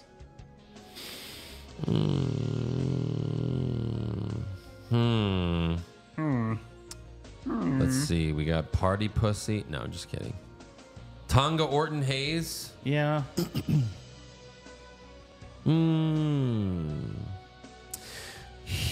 Sure. I guess. Yeah. Again, nothing was great, but it really was about the storylines and. Sure. Which is, I'm not mad at that. I'll go Waller, Andrade, and Owens. How about that? Okay. Yeah. All right. Worst move? Braun missing Reed when he was choo-chooing. Oh, yeah. He missed him, and Reed still flew 5 feet. I'll go Braun almost falling out of the ring. There you go. When he was just supposed to bounce off the ropes. Right. Best move? Drew carrying Punk from the back to the stage. That was, yeah, sure. Yeah. If you want to call that a move. I had Andrade's counter to Waller's roll into the ring. Okay. Yeah, that was good. great. Worst moment? Cole explaining a VHS tape. That's not good. I had the Awesome Truth, just their backstage bullshit, all that crap. Yep. Best moment? I had the Howdy and Bo. Oh, yeah? That was great. That was really good. I had Punk and Heyman. I mean, that was good too. Their reunion was really good. Right. It's funny how we have multiple things. Right. It's usually not the case. Like when the show's bad, we all have the same answers. Yeah. So, no, it's good. It's good. It's good. Yeah. That's all for awards. So now it's time for some breaking news. WWE announced a deal with Indianapolis to host next year's Royal Rumble, a future SummerSlam, and a future WrestleMania. Interesting. So all you fucking marks are going to be going to Indianapolis a lot. Well, you want to go to the Rumble? I don't know, maybe. That's a big stadium for Rumble. Yeah, it's going to be at Lucas Oil Stadium where the Colts play. Yep. How big is that? I don't know. Like 70? Lucas Stadium. Capacity? Yeah, let's see. Let's see. 70,000. 70,000. Yeah. Wow. 70,000 for basketball and other major conventions and events. 67 but for football. It's football. Yeah. But this will be the first time the Royal Rumble's not in January because it's going to be Saturday, February 1st. Yes. So there you go. Interesting. That's because the Super Bowl has been pushed back later now with the longer NFL schedule. Right. So the NFL has to do it the week in between the AFC and NFC championships and the Super Bowl, which is what they've always done, and that falls on Saturday, February 1st. Correct. So there you go. Yeah. Also, Triple H was a guest on the Pat McAfee show recently and was asked about Raw going to Netflix in January. Did you see this? Oh boy, oh boy, oh boy. Triple H said Netflix is a completely different animal. Right now on Fox, if the crowd chants holy shit or something much worse, they just take that audio. Sometimes they take the picture and the audio off and it's just a black screen. We won't have those issues on Netflix. Bust a nut. Yeah. Now he just needs to say Raw's only going to be 2 hours long. Absolutely. And then I'll really bust a nut. And softcore porn. What? What? Who? Bra and panties matches. Yeah, we're going to bring those back. Yeah. We're basically going to do Euphoria Yeah. on Raw. Someone tweeted, they're like, chills when Seth finally says, Seth fucking Rollins. That would be amazing. I am a fucking visionary. Yeah. Oh my God. I want that. Seth fucking Rollins. Right. Also, it looks like MVP has no fucks left to give. Sure. I would imagine. MVP recently posted a photo of himself, Bobby Lashley, Cedric Alexander, and Shelton Benjamin when they were first in the Hurt Business together. And MVP also replied to a lot of comments from fans in the post. One fan asked, "Can we get the Hurt Business back?"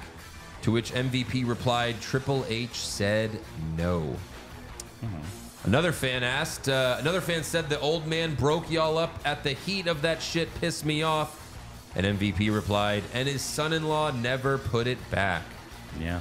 Another fan said, "I'm shocked. Triple H hasn't been in favor of bringing it back." And MVP said, "I'm not." Wow. Another fan said, "They took your gimmick and crew and gave it to the Bloodline." Mm-hmm. And MVP said, "True story." Yeah. That might be a stretch. That's a little stretch. There's more than one. You're not the first stable in the history of wrestling. Correct. But I mean, I guess he's like trying to say like, oh, we had all the titles, you know, and Right. they did that with them. Yeah. That's not the first time they've done that either. So. Then Batista himself commented. Yeah. Batista! Said they left a lot of money on the table with that one. Color me confused. And MVP said, "And we were never given an explanation for why." Another fan then said, "The Triple H era is emasculating black men." And MVP replied, "You see it." Okay. Yeah, some strong accusations there from MVP. For sure. Look, I agree with MVP. Hurt Business was great. It was. And Bobby Lashley being a babyface manager for the Street Profits sucks. It does. We really wanted the Hurt Business back with Lashley and Street Profits. Yeah. Could have even thrown fucking Omos in there. Right. Give him something to do. Yeah. But, you know. Maybe they just don't want another dominant stable or something. Because now you have the Bloodline on SmackDown. Yeah. Now you have the Wyatt Six on Raw. Maybe he's just one dominant stable for each show. I don't know. Yeah. Well, I mean, plus maybe he knows that Lashley sucks. Lashley's not great. He's not, no. So, but he was best in the Hurt Business. For sure, when he had MVP talking for him. Well, you could do that again. I know, but even his matches are kind of... It's true, they're not great. Yeah. Definitely could have done the Hurt Business again. I would have liked to see it. Yep. But I guess it is what it is. Maybe Triple H is afraid of having too many stables. That's what I think it is. I don't know. But yeah. Sorry, I don't know about MVP if he's trying to get fired or what. He might be. He's doing nothing. Yeah. Also, Too Cold Scorpio, a.k.a. Flash Funk, was arrested for stabbing a man during a gas station fight in Kansas City. Oh, boy. Authorities say Too Cold Scorpio, a.k.a. Charles Skaggs, told them he was working as a security guard at the store when he saw a man light up a cigarette inside the establishment. Skaggs says he told the guy he couldn't smoke inside, but claims the man said, "Fuck you, the fuck you gonna do?" Sounds like something someone would say. So Skaggs yelled, "Flash, you are so funky." Skaggs said the man threatened him and tried to grapple with him outside the store, which is a typical wrestler thing to say. Sure. It's so funny how, like... So we locked up. Yeah. And he went into business for himself, officers. What was I supposed to do? Right. So ridiculous. Just like fuck. Ric Flair. Yeah. I was gonna put over the pizza put pig. you over. You're gonna put over pizza? Wow, Flair. Hey, that job is taken. Yeah. So yeah, Skaggs said the man threatened him and grappled with him, and Skaggs told the authorities he pulled a knife from his pocket and stabbed the man in self-defense. Scorpio pleaded not guilty to 1 count of first-degree assault and 1 count of armed criminal action. So we'll probably never hear about this again. Yeah. But that was interesting. Yeah, where's he been? It's not good for Too Cold Scorpio. He's in Kansas. He works as a security guard at a gas station. Yeah. That's the sad part of this story, really. Worse than the stabbing. Cocaine's a hell of a drug. It is. Also, Kayla Braxton took to Instagram to announce she's leaving WWE. Yes. She said after nearly 8 years holding the microphone on WWE television, "I'm setting it down to pursue my next chapter. Next week at the Most Famous Arena, I will be officially signing off." And she says, "It's a miracle I lasted even longer after that Lars Sullivan promo, to be honest." True. Worst promo for part 3. Yeah. But, you know, she says she's signing off at the world's most famous arena, referencing SmackDown this Friday at Madison Square Garden. Yep. That's her last show. She also posted about how grateful she is to WWE. And then immediately, of course, as soon as she says this, she makes this announcement. Rumors of Kayla going to AEW pop up right away. Of course. As if that's going to be like a big deal. Like, holy fuck! Kayla Braxton, game changer! Like she's a backstage interviewer. Right. Kayla tweeted, "If I wanted to keep working in wrestling, I wouldn't be walking away from the largest wrestling company in the world. Nice try, rumor weeds." So there you go. Yeah. She's not going to AEW. No. Because why would she? Exactly. The last thing I have is some sad news. Yes. This just broke today. Yep. Roman Reigns' father, Sika of the Wild Samoans, passed away at the age of 79. Wow. And I don't think we know the cause of death yet, but obviously when you're that old, anything can happen. For sure. Especially being a wrestler back then. Yeah. Seen some shit. Done some shit. Done some shit. They didn't take care of themselves well back then. Living to 79 is like a luxury for them. Seriously. That's where like Hogan's like it's like, I think I've said this before, but Hogan's like Tom Hanks in The Green Mile. Like, because he did so many shitty things, God's forcing him to watch all of his friends die. Yeah, basically. You were a piece of shit to everyone, so now I'm going to make you live to 200. Oh, my God. Don't say that. Yeah. It's like the end of the world. He's like, there's no Hulkamaniacs here. He's all alone. Last man on earth. It's a zombie apocalypse. They kill everyone, but they just don't touch Hogan. Right. He's like, just take me, brother. Just eat me, brothers. And then they're like, no, and they won't eat Hogan. God damn it, dude. I don't want to live here anymore, brother. Right. Maybe it was all the pasta mania. Yeah. Made him immortal. Do you have any news? I do have a couple things. All right. So Chelsea Green is taking to social media saying that she will start a petition to change the WWE Women's Championship back to the Divas Championship when she wins. Yeah. Someone tweeted like, it'd be funny if she cashed in on the Divas title, which is inactive. Right. And so Aldis is like, well, here. Okay. Yeah. You win. That would make sense for her stupid gimmick. Sure. Like she just claims she's the Divas champion even though it means nothing. Right. It would be funny. It'd be a waste of a cash in, but whatever. Waste of time. Yes. Waste of programming. Yeah. Also, speaking of a Hogan. Oh. Nick Hogan. Oh, yeah. Remember he got arrested for breaking probation? Yeah. Drunk driving again? Yeah. In the same county where he first time he paralyzed someone? Yeah. Yeah. For life. He's horrible. Horrible. Well, he got sentenced. Yeah. To 1 year of probation. For drunk driving. Yeah. With, it already on his record. Well, it's because Bubba the Love Sponge was the judge. Well, probably. So he wanted, he wants Hogan to love him again. Yeah, I guess. Dude. What are you going to do? Yeah. That's all I got. All right. Rumor time. Rumors! Vince McMahon gets kicked out for sex allegations? That happened! But then he returns and takes back the company? He did that! And then Vince sells the company but stays in power? Jesus! Oh my God. And then Vince dyes his hair black and has a stupid mustache? Confirmed! So this is interesting. Conrad Thompson, You fucking mark! Josh Reese's brother. Yeah, he recently claimed that Shane McMahon has been asking some AEW wrestlers about a chance to join the company. Okay. This is bullshit! Yeah, I smell bullshit. Yeah. Calling out the bullshit For sure. right now.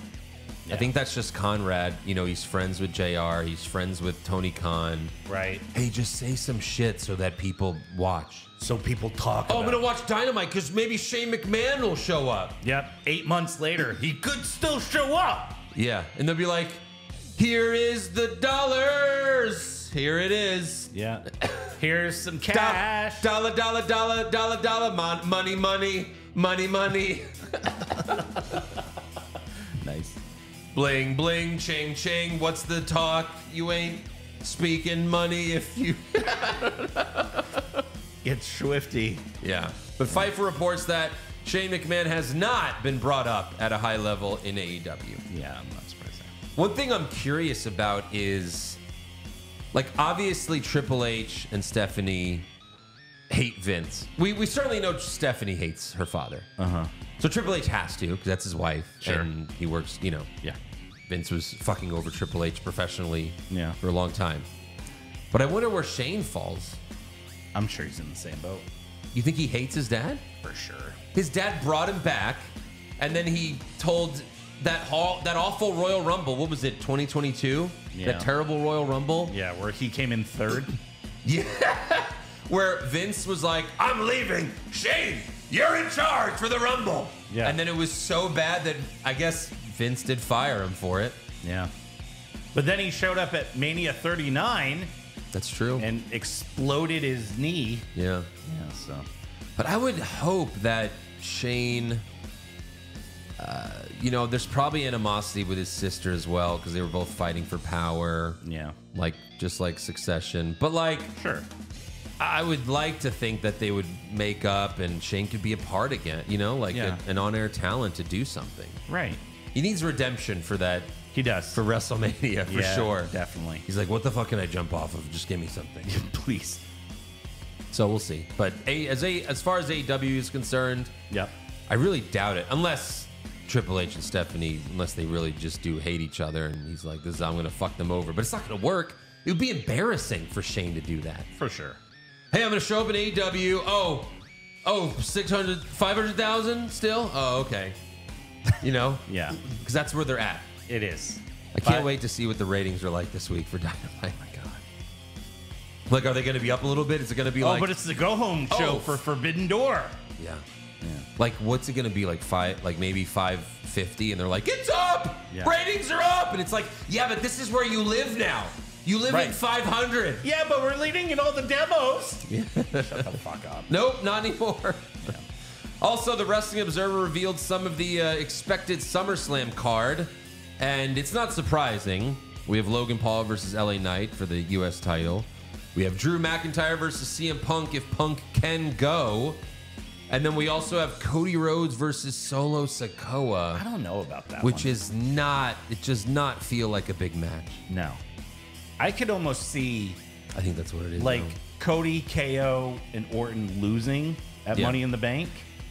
And then Cody getting RKO'd. And that's the SummerSlam match. Because that is a big match feel. It is. I would certainly like to see that match more, but I think it's too soon. Yeah. Yeah. All right. Because, like, it's definitely too soon for Solo. He's not ready for a fucking title match. No, he's not. But they're having that 6-man at Money in the Bank. Yeah. What do you do after? Right. Solo's got a feud with someone. Yeah.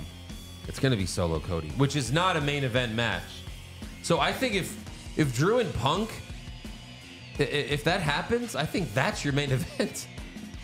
The only way Cody and Solo will be the main event is if that's when Roman Reigns comes back. Yeah. That's the only way. Because then the match ends and Roman Reigns shows up, kicks Solo in the dick, everyone pops. Right. Not, you would spear him, but still. That's the only way that could be the main event. If Cody and Solo's the main event of SummerSlam, then we're going to know, oh, Roman's coming back. Or The Rock, just to be like, I'm the tribal chief, you know? Right, yeah. I heard you've been saying you're the tribal chief. Yeah. But, yeah. That's all I got. You got any rumors? I don't have any rumors now. All right, trivia time. You got some trivia for me? I do have some trivia. All right. So, Money in the Bank is going to be in... Toronto. That's it. You win. Woo! No. I fucking beat Eric again. Suck it. Suck your own dick. Two wrestlers. Wait, did you say 2 or 22? 2. Okay. In the entire time WWE has gone to Toronto, only 2 wrestlers have won their first world championship in Toronto. Do you know who these 2 people are? Do you think I know? You might. Dolph Ziggler. No. No? No. I thought his cash-in was in Toronto. No. So what does that have to do with Money in the Bank? Nothing. Well, it's just a Toronto thing. Yeah, it's a Toronto because they're thing. in Toronto. Yeah. Okay. I just saw this and thought it was Which interesting. 2 wrestlers won their first world heavyweight? World title. It could be So heavyweight or WWE. Universal too, or? Sure. So it's not. Okay. Yeah. So it's world heavyweight or WWE? That's tough. In Toronto. Yep. Where was WrestleMania? Was it Shawn? No, they didn't do it in Toronto. Of course not. Brett wouldn't have jobbed to Shawn in Toronto. That was the whole fucking point of this screw job in Montreal. This is tough. But you're kind of on the right track thinking of a WrestleMania. Brett? No. No. So it was a WrestleMania in Toronto.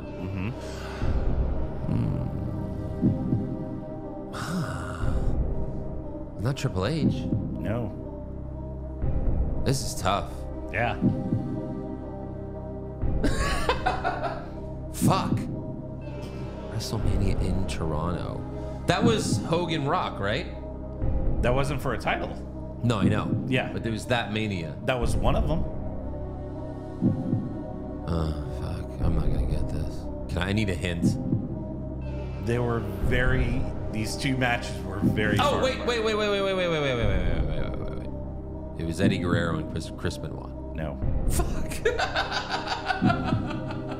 That WrestleMania you're thinking of was in New York. And Eddie Guerrero was already champion in that. Oh, right. That's right.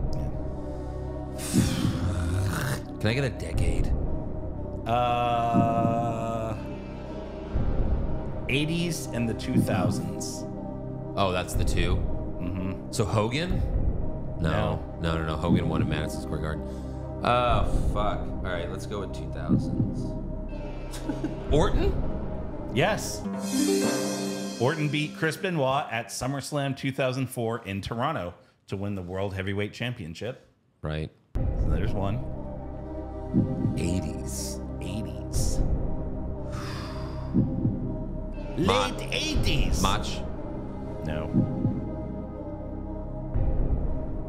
Who the fuck else won the belt in the 80s? Hogan, Macho, Undertaker? No. No, it wasn't Undertaker. Yoko? No.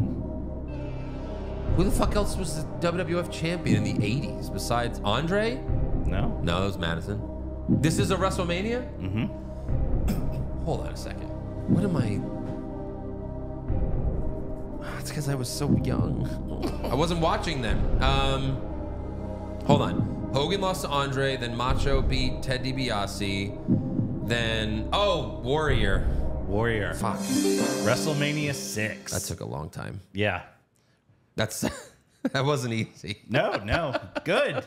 Make you work for it. Yeah. That was like me doing a math problem. So Ultimate Warrior and Randy Orton won their first world titles in Toronto. Wow. Yeah. All right. And while doing research for that, it looks like any women's title has never, like, I think successfully changed hands in Toronto. I don't think it has. Because I think Trish retained at 18. Maybe she was 18. No, I'm just kidding. Yeah, I don't know. Yeah. I believe you. All right, let's do some fan questions. Since my brain is broken. Jonathan Ramos. Michael Cole flying solo after Miz ran out proves he's the GOAT. The throat goat. Because how else would they let him do the show by himself if he wasn't, as Liv Morgan said on Twitter, Huck Tua, spit on that thing. Yep. John Norton, here's my Teenage Mutant Ninja Turtle toy roster. Roman as Shredder. Okay, keeps that. The Usos as Bebop and Rocksteady. Nice. Cody Rhodes as Leonardo. That works. Yeah. Sammy as Michelangelo. The party dude? Yeah, I don't know about that. KO as Raphael. That'll work. Yeah. If Riddle was there, Riddle would be Michelangelo. I would like... It isn't... I like Woods as Michelangelo. Yeah. Seth Rollins as Donatello. I think that makes more sense. And then Orton as Casey Jones. I still like Punk as Casey Jones for obvious reasons. Orton's cool too. Sure. Josh as Kadita. The Drew McIntyre is muy guapo. Is it me or does it look like he has masa grande muscles? And the blood on his face shows me he can fight like a real man. It make me... Panocha muy caliente and wet. Don't tell Josh. Meow meow. Meow meow. See, the problem with this, Josh's Kadita, is the people that aren't on Patreon have no fucking idea what's going on. But that's why you should subscribe to patreon.com/What's Wrong with Wrestling, so you could figure out who this Josh Reese character is in the Monday Night War podcast. Correct. Yeah. Albert, the way Jey Uso puts yeet into everything reminds me of Chang in Community. Hashtag Yeet Nisa. Or Yeet Nessia? Or no, is that Yeet Nessia? Trying to think. Because I watched Community. Yeah. I don't remember. I don't know. Oh. Brian Parsons, so on SmackDown, KO warns Cody, hey, Bloodline always has a plan. Be careful. And Cody's like, oh, don't worry, I've got a plan. Like, motherfucker, you didn't plan shit. From where I'm sitting, it looks like his plan was get fucking savaged by the Bloodline until Randy and KO run out and save my dumbass. Yeah, basically. That's true. It's a good point. Anyway, love the podcast. Keep up the good work. Thank you. We will. Whisper in the Wind. Just finished listening/watching the hottest male bracket, and I've never laughed. Never heard my girlfriend laugh so hard to Josh's comment. I just want to put him in my pocket and play with his balls. Josh? Speaking of Finn Balor. Yeah, I don't think Josh was there. Yeah. So it was probably one of us. Definitely. I'm going to guess Eric. Okay. It sounds like an Eric comment. Yeah. That or Joe. Yeah, I don't think Josh was part of that. No. Fossey32, how about it's funny, people get that mistaken a lot. Like even you have done that a couple times. Like you're like, hey, remember when you said Monday Night War? Like you told Joe, like he said this, but it was like me that said it. Yeah. People get me and Joe's voice mixed up. There was a fan who was like, I thought you and Joe were one person, and it was, so it was just one of you and Eric. Yeah. Like for years. Wow. It was like, all right. It's like, it just shows people don't always pay attention like that much. Yeah. Andro. Fossey32, how about a bracket for most nut-busting moments? I reckon Liv would have the top 3 at least.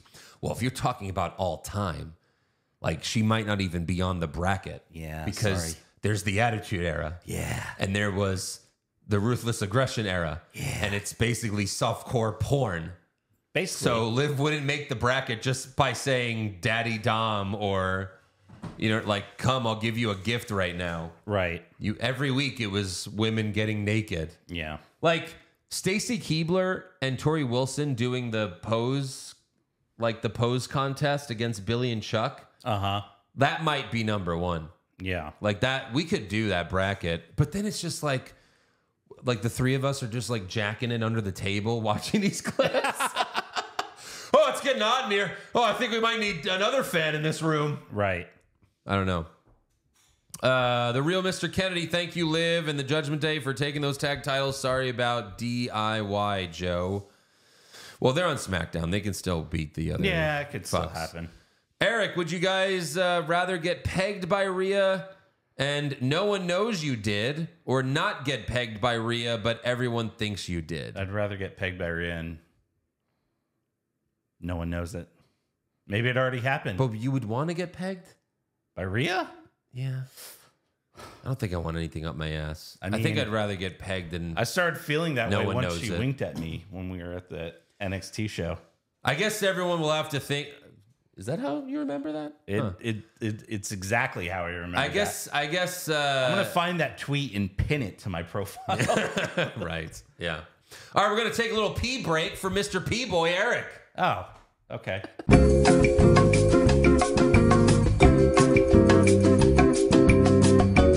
All right, PCJ. Michael Cole said, will Liv Morgan become the Judgment Day's Yoko Ono? Wow, great job, Cole, on using topical subjects in your commentary. How about you ask, will Liv Morgan cause the Judgment Day to implode like the Hindenburg? Hashtag Michael Cole sucks. Right. He's got to explain VHS tapes, but he won't explain the significance of Yoko Ono. Right. My God. Come on. McMahon Helmsley regime. Damian Priest fucks up every week on the mic. I hope next Saturday is it for his reign. Cross your fingers. Me too. For real. Josh Blevins. Chad Gable is not dead. Drew McIntyre unquit. Did Pat McAfee quit? It's like last week's Raw never existed, but one thing remains the same. Liv Morgan is phenomenal. Yep. Obviously, McAfee had a family thing. But no, Drew was just to, fuck with everyone because he wanted to kill Punk. Yeah. The Gable thing's a little confusing, but we'll see where they go with that. Right. Nathan Bain, thanks, guys, for... Oh, sorry. He said... Thanks, guys. For the amazing work you all put in, what are the chances Liv calls me daddy? I'm going to say low. Yeah, like No. out of 100. If I had to give a number... No. S. Thorne, did we miss out on Isla Dawn and Alba Fire in the Wyatt group? Sexy witches wouldn't be a bad thing. Nah. Yeah. Well, they have to be sexy, though. Yeah, it's true. I mean, I don't know. Alba Fires? No. mean Isla Dawn is pretty cute. She's, yeah. Carlos, but no, I think they're too goofy to be in there. Yeah. Carlos Ramirez, do I need to watch Worst Promo Bracket Part 1 and 2 to understand Part 3? Yes.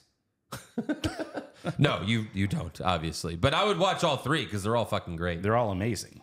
Legacy, am I the only one hoping Punk stays away from the title picture? He doesn't need it. Also, I am a CM Punk fan. I mean, I think he is. I think he is staying away from the title picture, at least for now. Sure, why not? He's bigger than the title, so... He is. Yeah, he doesn't need it. But if they do find a way for him to be in it... Sure. I would not be against him finally getting his WrestleMania main event. It's kind of hard to see. Yeah. But they could always do it night 1. They could. They got 2 nights for a reason. Wouldn't have been this year because The Rock was like, I want to wrestle, but... Every night. Yeah. Tyrone Grizz, if you haven't seen Jacob Fatu's work, he pretty much saw the Umaga Jeff Hardy feud from 2007 and said, I'm doing all of that. All right. No selling super kicks. Chris Berg, is it the Wyatt 6 or 6? Maybe it's only the 5 and they're sick motherfuckers. People pointed out that Chad Gable, when he showed up to the arena, one of the production trucks had Alexa Bliss's face on it, and it was like evil Alexa Bliss. Evil Alexa, yeah. I saw that. So they say nothing is done on accident. Remember when Cody and The Rock, when Rock beat the fuck out of Cody outside? Yeah. And the production trucks in the background, it was John Cena and was it Stone Cold? I think it was Stone Cold. Yeah. And I think at the time they expected they were going to have both of them. Yeah. Obviously, Cena showed up. Sure. So, yeah. Yeah. John Posh, this past Sunday, I welcomed to the world my first baby boy. While there, the nurses told me that a behemoth of a man broke through security and is currently on his way up. He's being dragged by multiple people, but nobody can stop him. As we sit there, frightened as all hell, he comes crashing through the door. Braun! Oh I locked eyes with this monster, and he said to me, I'd like to congratulate you on your brand new baby. He's adorable, and I look forward to winning the World Tag Team titles with him at WrestleMania 52, bionic knees and all. Oh my God. That was fantastic. That was awesome, That's John. great. Congratulations. Congrats, yes. On the reveal of your new child. Joseph Riling, that should be on the worst promo bracket. Sure. Part 4. Joseph Riling, solo Cole on commentary. Yikes. Will Triple H ever cut him loose? Probably not. No. Bobby the Baron Corbin, as great as this Drew Punk feud is, how do you guys end it? With Drew, the heel, finally going over. That's not a good story. Or is Punk the actual heel in this storyline? Maybe. I think it's got to be Drew going over. At the end. Yeah. I think Punk wins. I think Punk wins the first one. Drew wins the second one. And then Drew wins the third one. Yeah. It has to be that. Right, yeah. It has to be that. Yeah. Because Punk will still be over. Drew's been like this, you're a fucking idiot, like who can't get out of his own way. It's got to eventually pay off with Drew figuring it out. Yeah. Mojo Rawley style. Figure it out! Yep. So that's what I think, at least. 2 Vinces, 1 cup. Did anyone catch Michael Cole say, we found a VHS machine to play the tape? You mean VCR, Cole? You dumb fuck. Yeah. Keith, outside of the Bo promo, does any of this really matter until the worst promo bracket 3 is released? I'll save you the debate. The answer is no. No, it does not. Give us what we want. Well, it's coming. It's coming. It's coming. Like Veer. Yeah. Hi, Awa guy. Any chance Kaiser's promo ends up on a future worst promo bracket? King Derp fucked up twice. Yeah, but it wasn't that bad. Yeah. Like all he said was Braun Strowman. He didn't say Drew McIntyre. True. You know. And he didn't say you look stupid. Yeah. Donald Alexander, I'm already tired of Cody. Could you get behind a heel turn for Cody? Are you kidding me? Of course. What have we been saying? What have we been saying for months? Right. He definitely needs to turn heel. For sure. 1,000%. Testicles Mahoney, the Wyatt 6, more than make up for the Cody sucks. That's hilarious. I like that. It's a play on words. I do like that. Kimbo, I made the comment last week about Braun's porcelain knees. Why do WWE insist on making him do the one thing he can't do every week? Run. Run. That's why he's not in the White 6. Yeah. Can't run. You like this? Snowball 5. Is that what they're up to now on that fucking show? They could be. Hey, everyone. No question here. Just want to thank you for the years of laughter and entertainment you have provided me through all of your podcasts. And then he posted a really long thing about how much AEW sucks, but we get it, man. It was just too long, dude. Like, I can't. It would take me 5 minutes to read all that, but I get your point. Trust me. Yeah. There's a reason why I put a stop to it. Sheamus is a burger dealer. Why did Otis get in a singlet just to talk to Gable? You know. Even funnier. That's all he owns. Why did Otis get in a singlet and then Gable's like, hey, he's like, I'm leaving. Like so Otis literally showed up to Raw just to leave Raw. Yes. Hey, I'm here. Bye. I'm here. No, I'm not. Yeah. Jonathan Smith, it's 2024. Raw is about to move to Netflix in January, and they want us to believe that that whole Wyatt 6 video was on a VHS tape. Who still owns a VHS box? Yeah, a VHS machine. Machine, box, whatever. No, I thought it was cool. Yeah. You know, it's retro and it is. Seems like that's what different. Seems like that's what like a psychopath would do. Yeah, for sure. You know, they're not going to be like, hey, I emailed you a file. Yeah, it's not very cool. No. I emailed you a video. Please Michael watch. Cole's like, I've just received an email from the anonymous Wyatt 6. And I quote, losing my brother was horrible. Oh, shut the fuck up. Yeah. Porgy, so I have to believe WWE has a VCR in the production truck, and I have to believe the Wyatt 6 have no access to modern day devices. Okay, moving on. Again, it's a cool thing. It is. It's just like in Saw. They play the fucking... It's not like you play it off a fucking iPhone. Yeah. It's a tape recorder. It's cooler. It's more dramatic. It is. That's why it's a VHS. Yes. Hey, Spidey, if your favorite wrestler of all time didn't exist, who would be the replacement?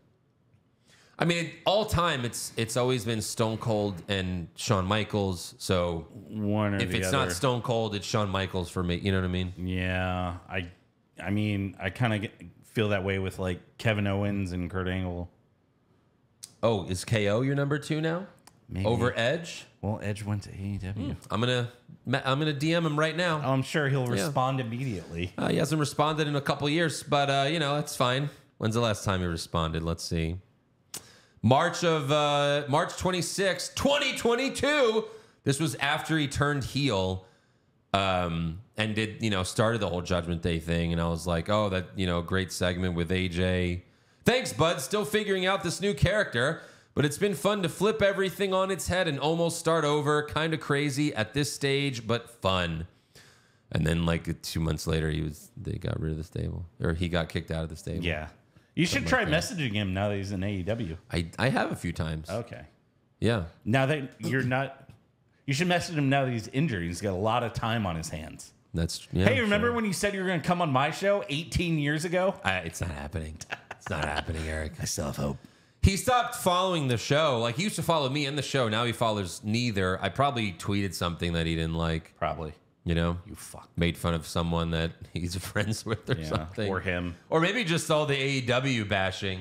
It could be that. It. It's like, well, I'm going to be working. It'll be interesting. I'm curious, when they both retire, they're probably going to start up their podcast again. Mm-hmm. And then I'll be like, hey. Yikes. First of all, I never shit on either of them. And I never had to, because they were always awesome. Yeah. Christian is doing amazing. Edge is one of the few good things about AEW. Right. So I never had to. They were always awesome. Tits. So we'll see what happens. Yeah. Hey, guys. Do you need a podcast producer? Right. I can do that. Can you move to North Carolina? No. Depends on the cheddar. The cheddar? Yeah. You better get some cheddar. Liable Chief, in honor of us entering the month of Zodiac, who's your least favorite locker room cancer? Well, I know Eric's. Who? Hogan. No, there you go. He's a locker room cancer. Yeah. Who are some other locker room cancers? I mean, people said Enzo. Yeah, but I like Enzo. Miz for a while. They didn't like him. Was he a cancer, though? Yeah, I think they're just... Probably. Well, no. JBL? I don't hate JBL. A lot of people said his ribbing went too far. My least favorite locker room cancer. I can't think of a wrestler I hated that was a locker room. I guess I just like all the dickheads. I like Shawn all the Michaels. Well, you can say Ultimate Warrior, but I don't really hate Ultimate Warrior. I'm not. Ultimate Warrior was before my time. Right. I don't know. Okay. I can't think of any myself. Yeah. Austin Theory's #1 fan. Why the fuck do they keep making Strowman run? His knees are about to explode. I know. Come on. Bradley Bain, what's worse, AEW or pre-NWO, WCW, the Taskmaster era? They're both pretty awful. It's AEW. Yeah. Well, that's tough. It's really tough. AEW is basically that. So yeah. Dixie Normus, Slamilton believes in Joe Hendry. Do the Pisano's. I mean, that one clip was cool. I'd have to see more though. Yeah. Do some Googling. Nah. I'm good. I watch enough wrestling. P-Nuss Pump. Fuck, Marry, Kill. Hawk Tua Girl. Liv Morgan. Mommy. Fuck Mommy. Marry Liv. Marry Liv. Yeah, sorry. Kill Hawk Tua Girl. Yeah. I mean, he was funny. You sure? It's not like she's cute and everything, Right. but She was drunk. Seemed like. Probably doesn't really do it. I mean, yeah, she was pretty and everything, but you got Liv and Mommy there. Come on. Dashing Dan, Pushfire buried these teams for their run just in 2000. Dudley Boys, Hardy Boys, Edge, and Christian. We have a best tag team of all time bracket. Ooh, find Go your check answer it there. out. Yeah. Ethan, I'm thankful we're out of that post-Mania slump. This is probably going to be some of the best TV we see out of these shows all year. Yeah, I'm glad too. Yeah. It's definitely picking up. Roman's cross-eyed cousin. It's a picture of Hacksaw Jim Duggan for some reason. Jesus. Can you guys recommend any good books, either wrestling related or not? I don't read, so I can't. So, Mick Foley wrote a crazy book, like a fiction book. Oh, really? I think it was called like Antietam Brown. I read it when it came out. That was really good. Okay. Yeah. Sergeant Slaughter's Daughter, segment of the year nominee. It's got to be something with Punk or Drew. For sure. Like just pick the best segment of them. Yeah. You know? Daniel Walker, does Ric Flair have any advice for Dom whilst navigating the whole Liv situation? We don't have Flair here tonight, but if he were here, I think he'd say something like, just fuck! Something like that. Something like that. Fuck as much as you can for as long as you can. Yeah. Woo! Dr. Coctopus. Hey guys, you're officially the last wrestling podcast that I listen to regularly. I went from 5 or 6 podcasts 5 years ago, and you're the only one I listen to weekly anymore. You're the best wrestling podcast, and that's the bottom line because the cock said so. Oh. Wow. 10-10, 2 ideas. Number 1, best breast bracket with Josh. And number 2, once worst promo bracket. Part 4 is out. Have a fatal 4-way to become the What's Wrong with Wrestling undisputed champion. But who, though? Who be... Oh, like between the 4 bad promos? Oh, shit. Fuck. Imagine that. And then we call the winner. Hey, Yeah. will you come on the show and accept the award? For worst promo fucking ever. Yeah, that's funny. That is all for fan questions, though. So make sure you subscribe to the podcast. Follow the show on Twitter, Facebook, Instagram, and TikTok at Wrong Wrestling. Get a t-shirt or hat at ProWrestlingTees.com/What's Wrong with Wrestling. Like this one. Kick out, spear, pin, repeat. Coming soon to a WWE ring near you. I mean, Roman's coming back soon. You know he's going to be coming back. You're going to need that shirt. And become a supporter of the show at Patreon.com/What's Wrong with Wrestling. Weekly Monday Night War podcast, all the pay-per-views, and of course, worst promo bracket 1, 2, and coming this weekend, all of part you, 3. All of you, when part 3 drops. Yeah, that's gonna be that. Enjoy nutting. What's wrong with wrestling?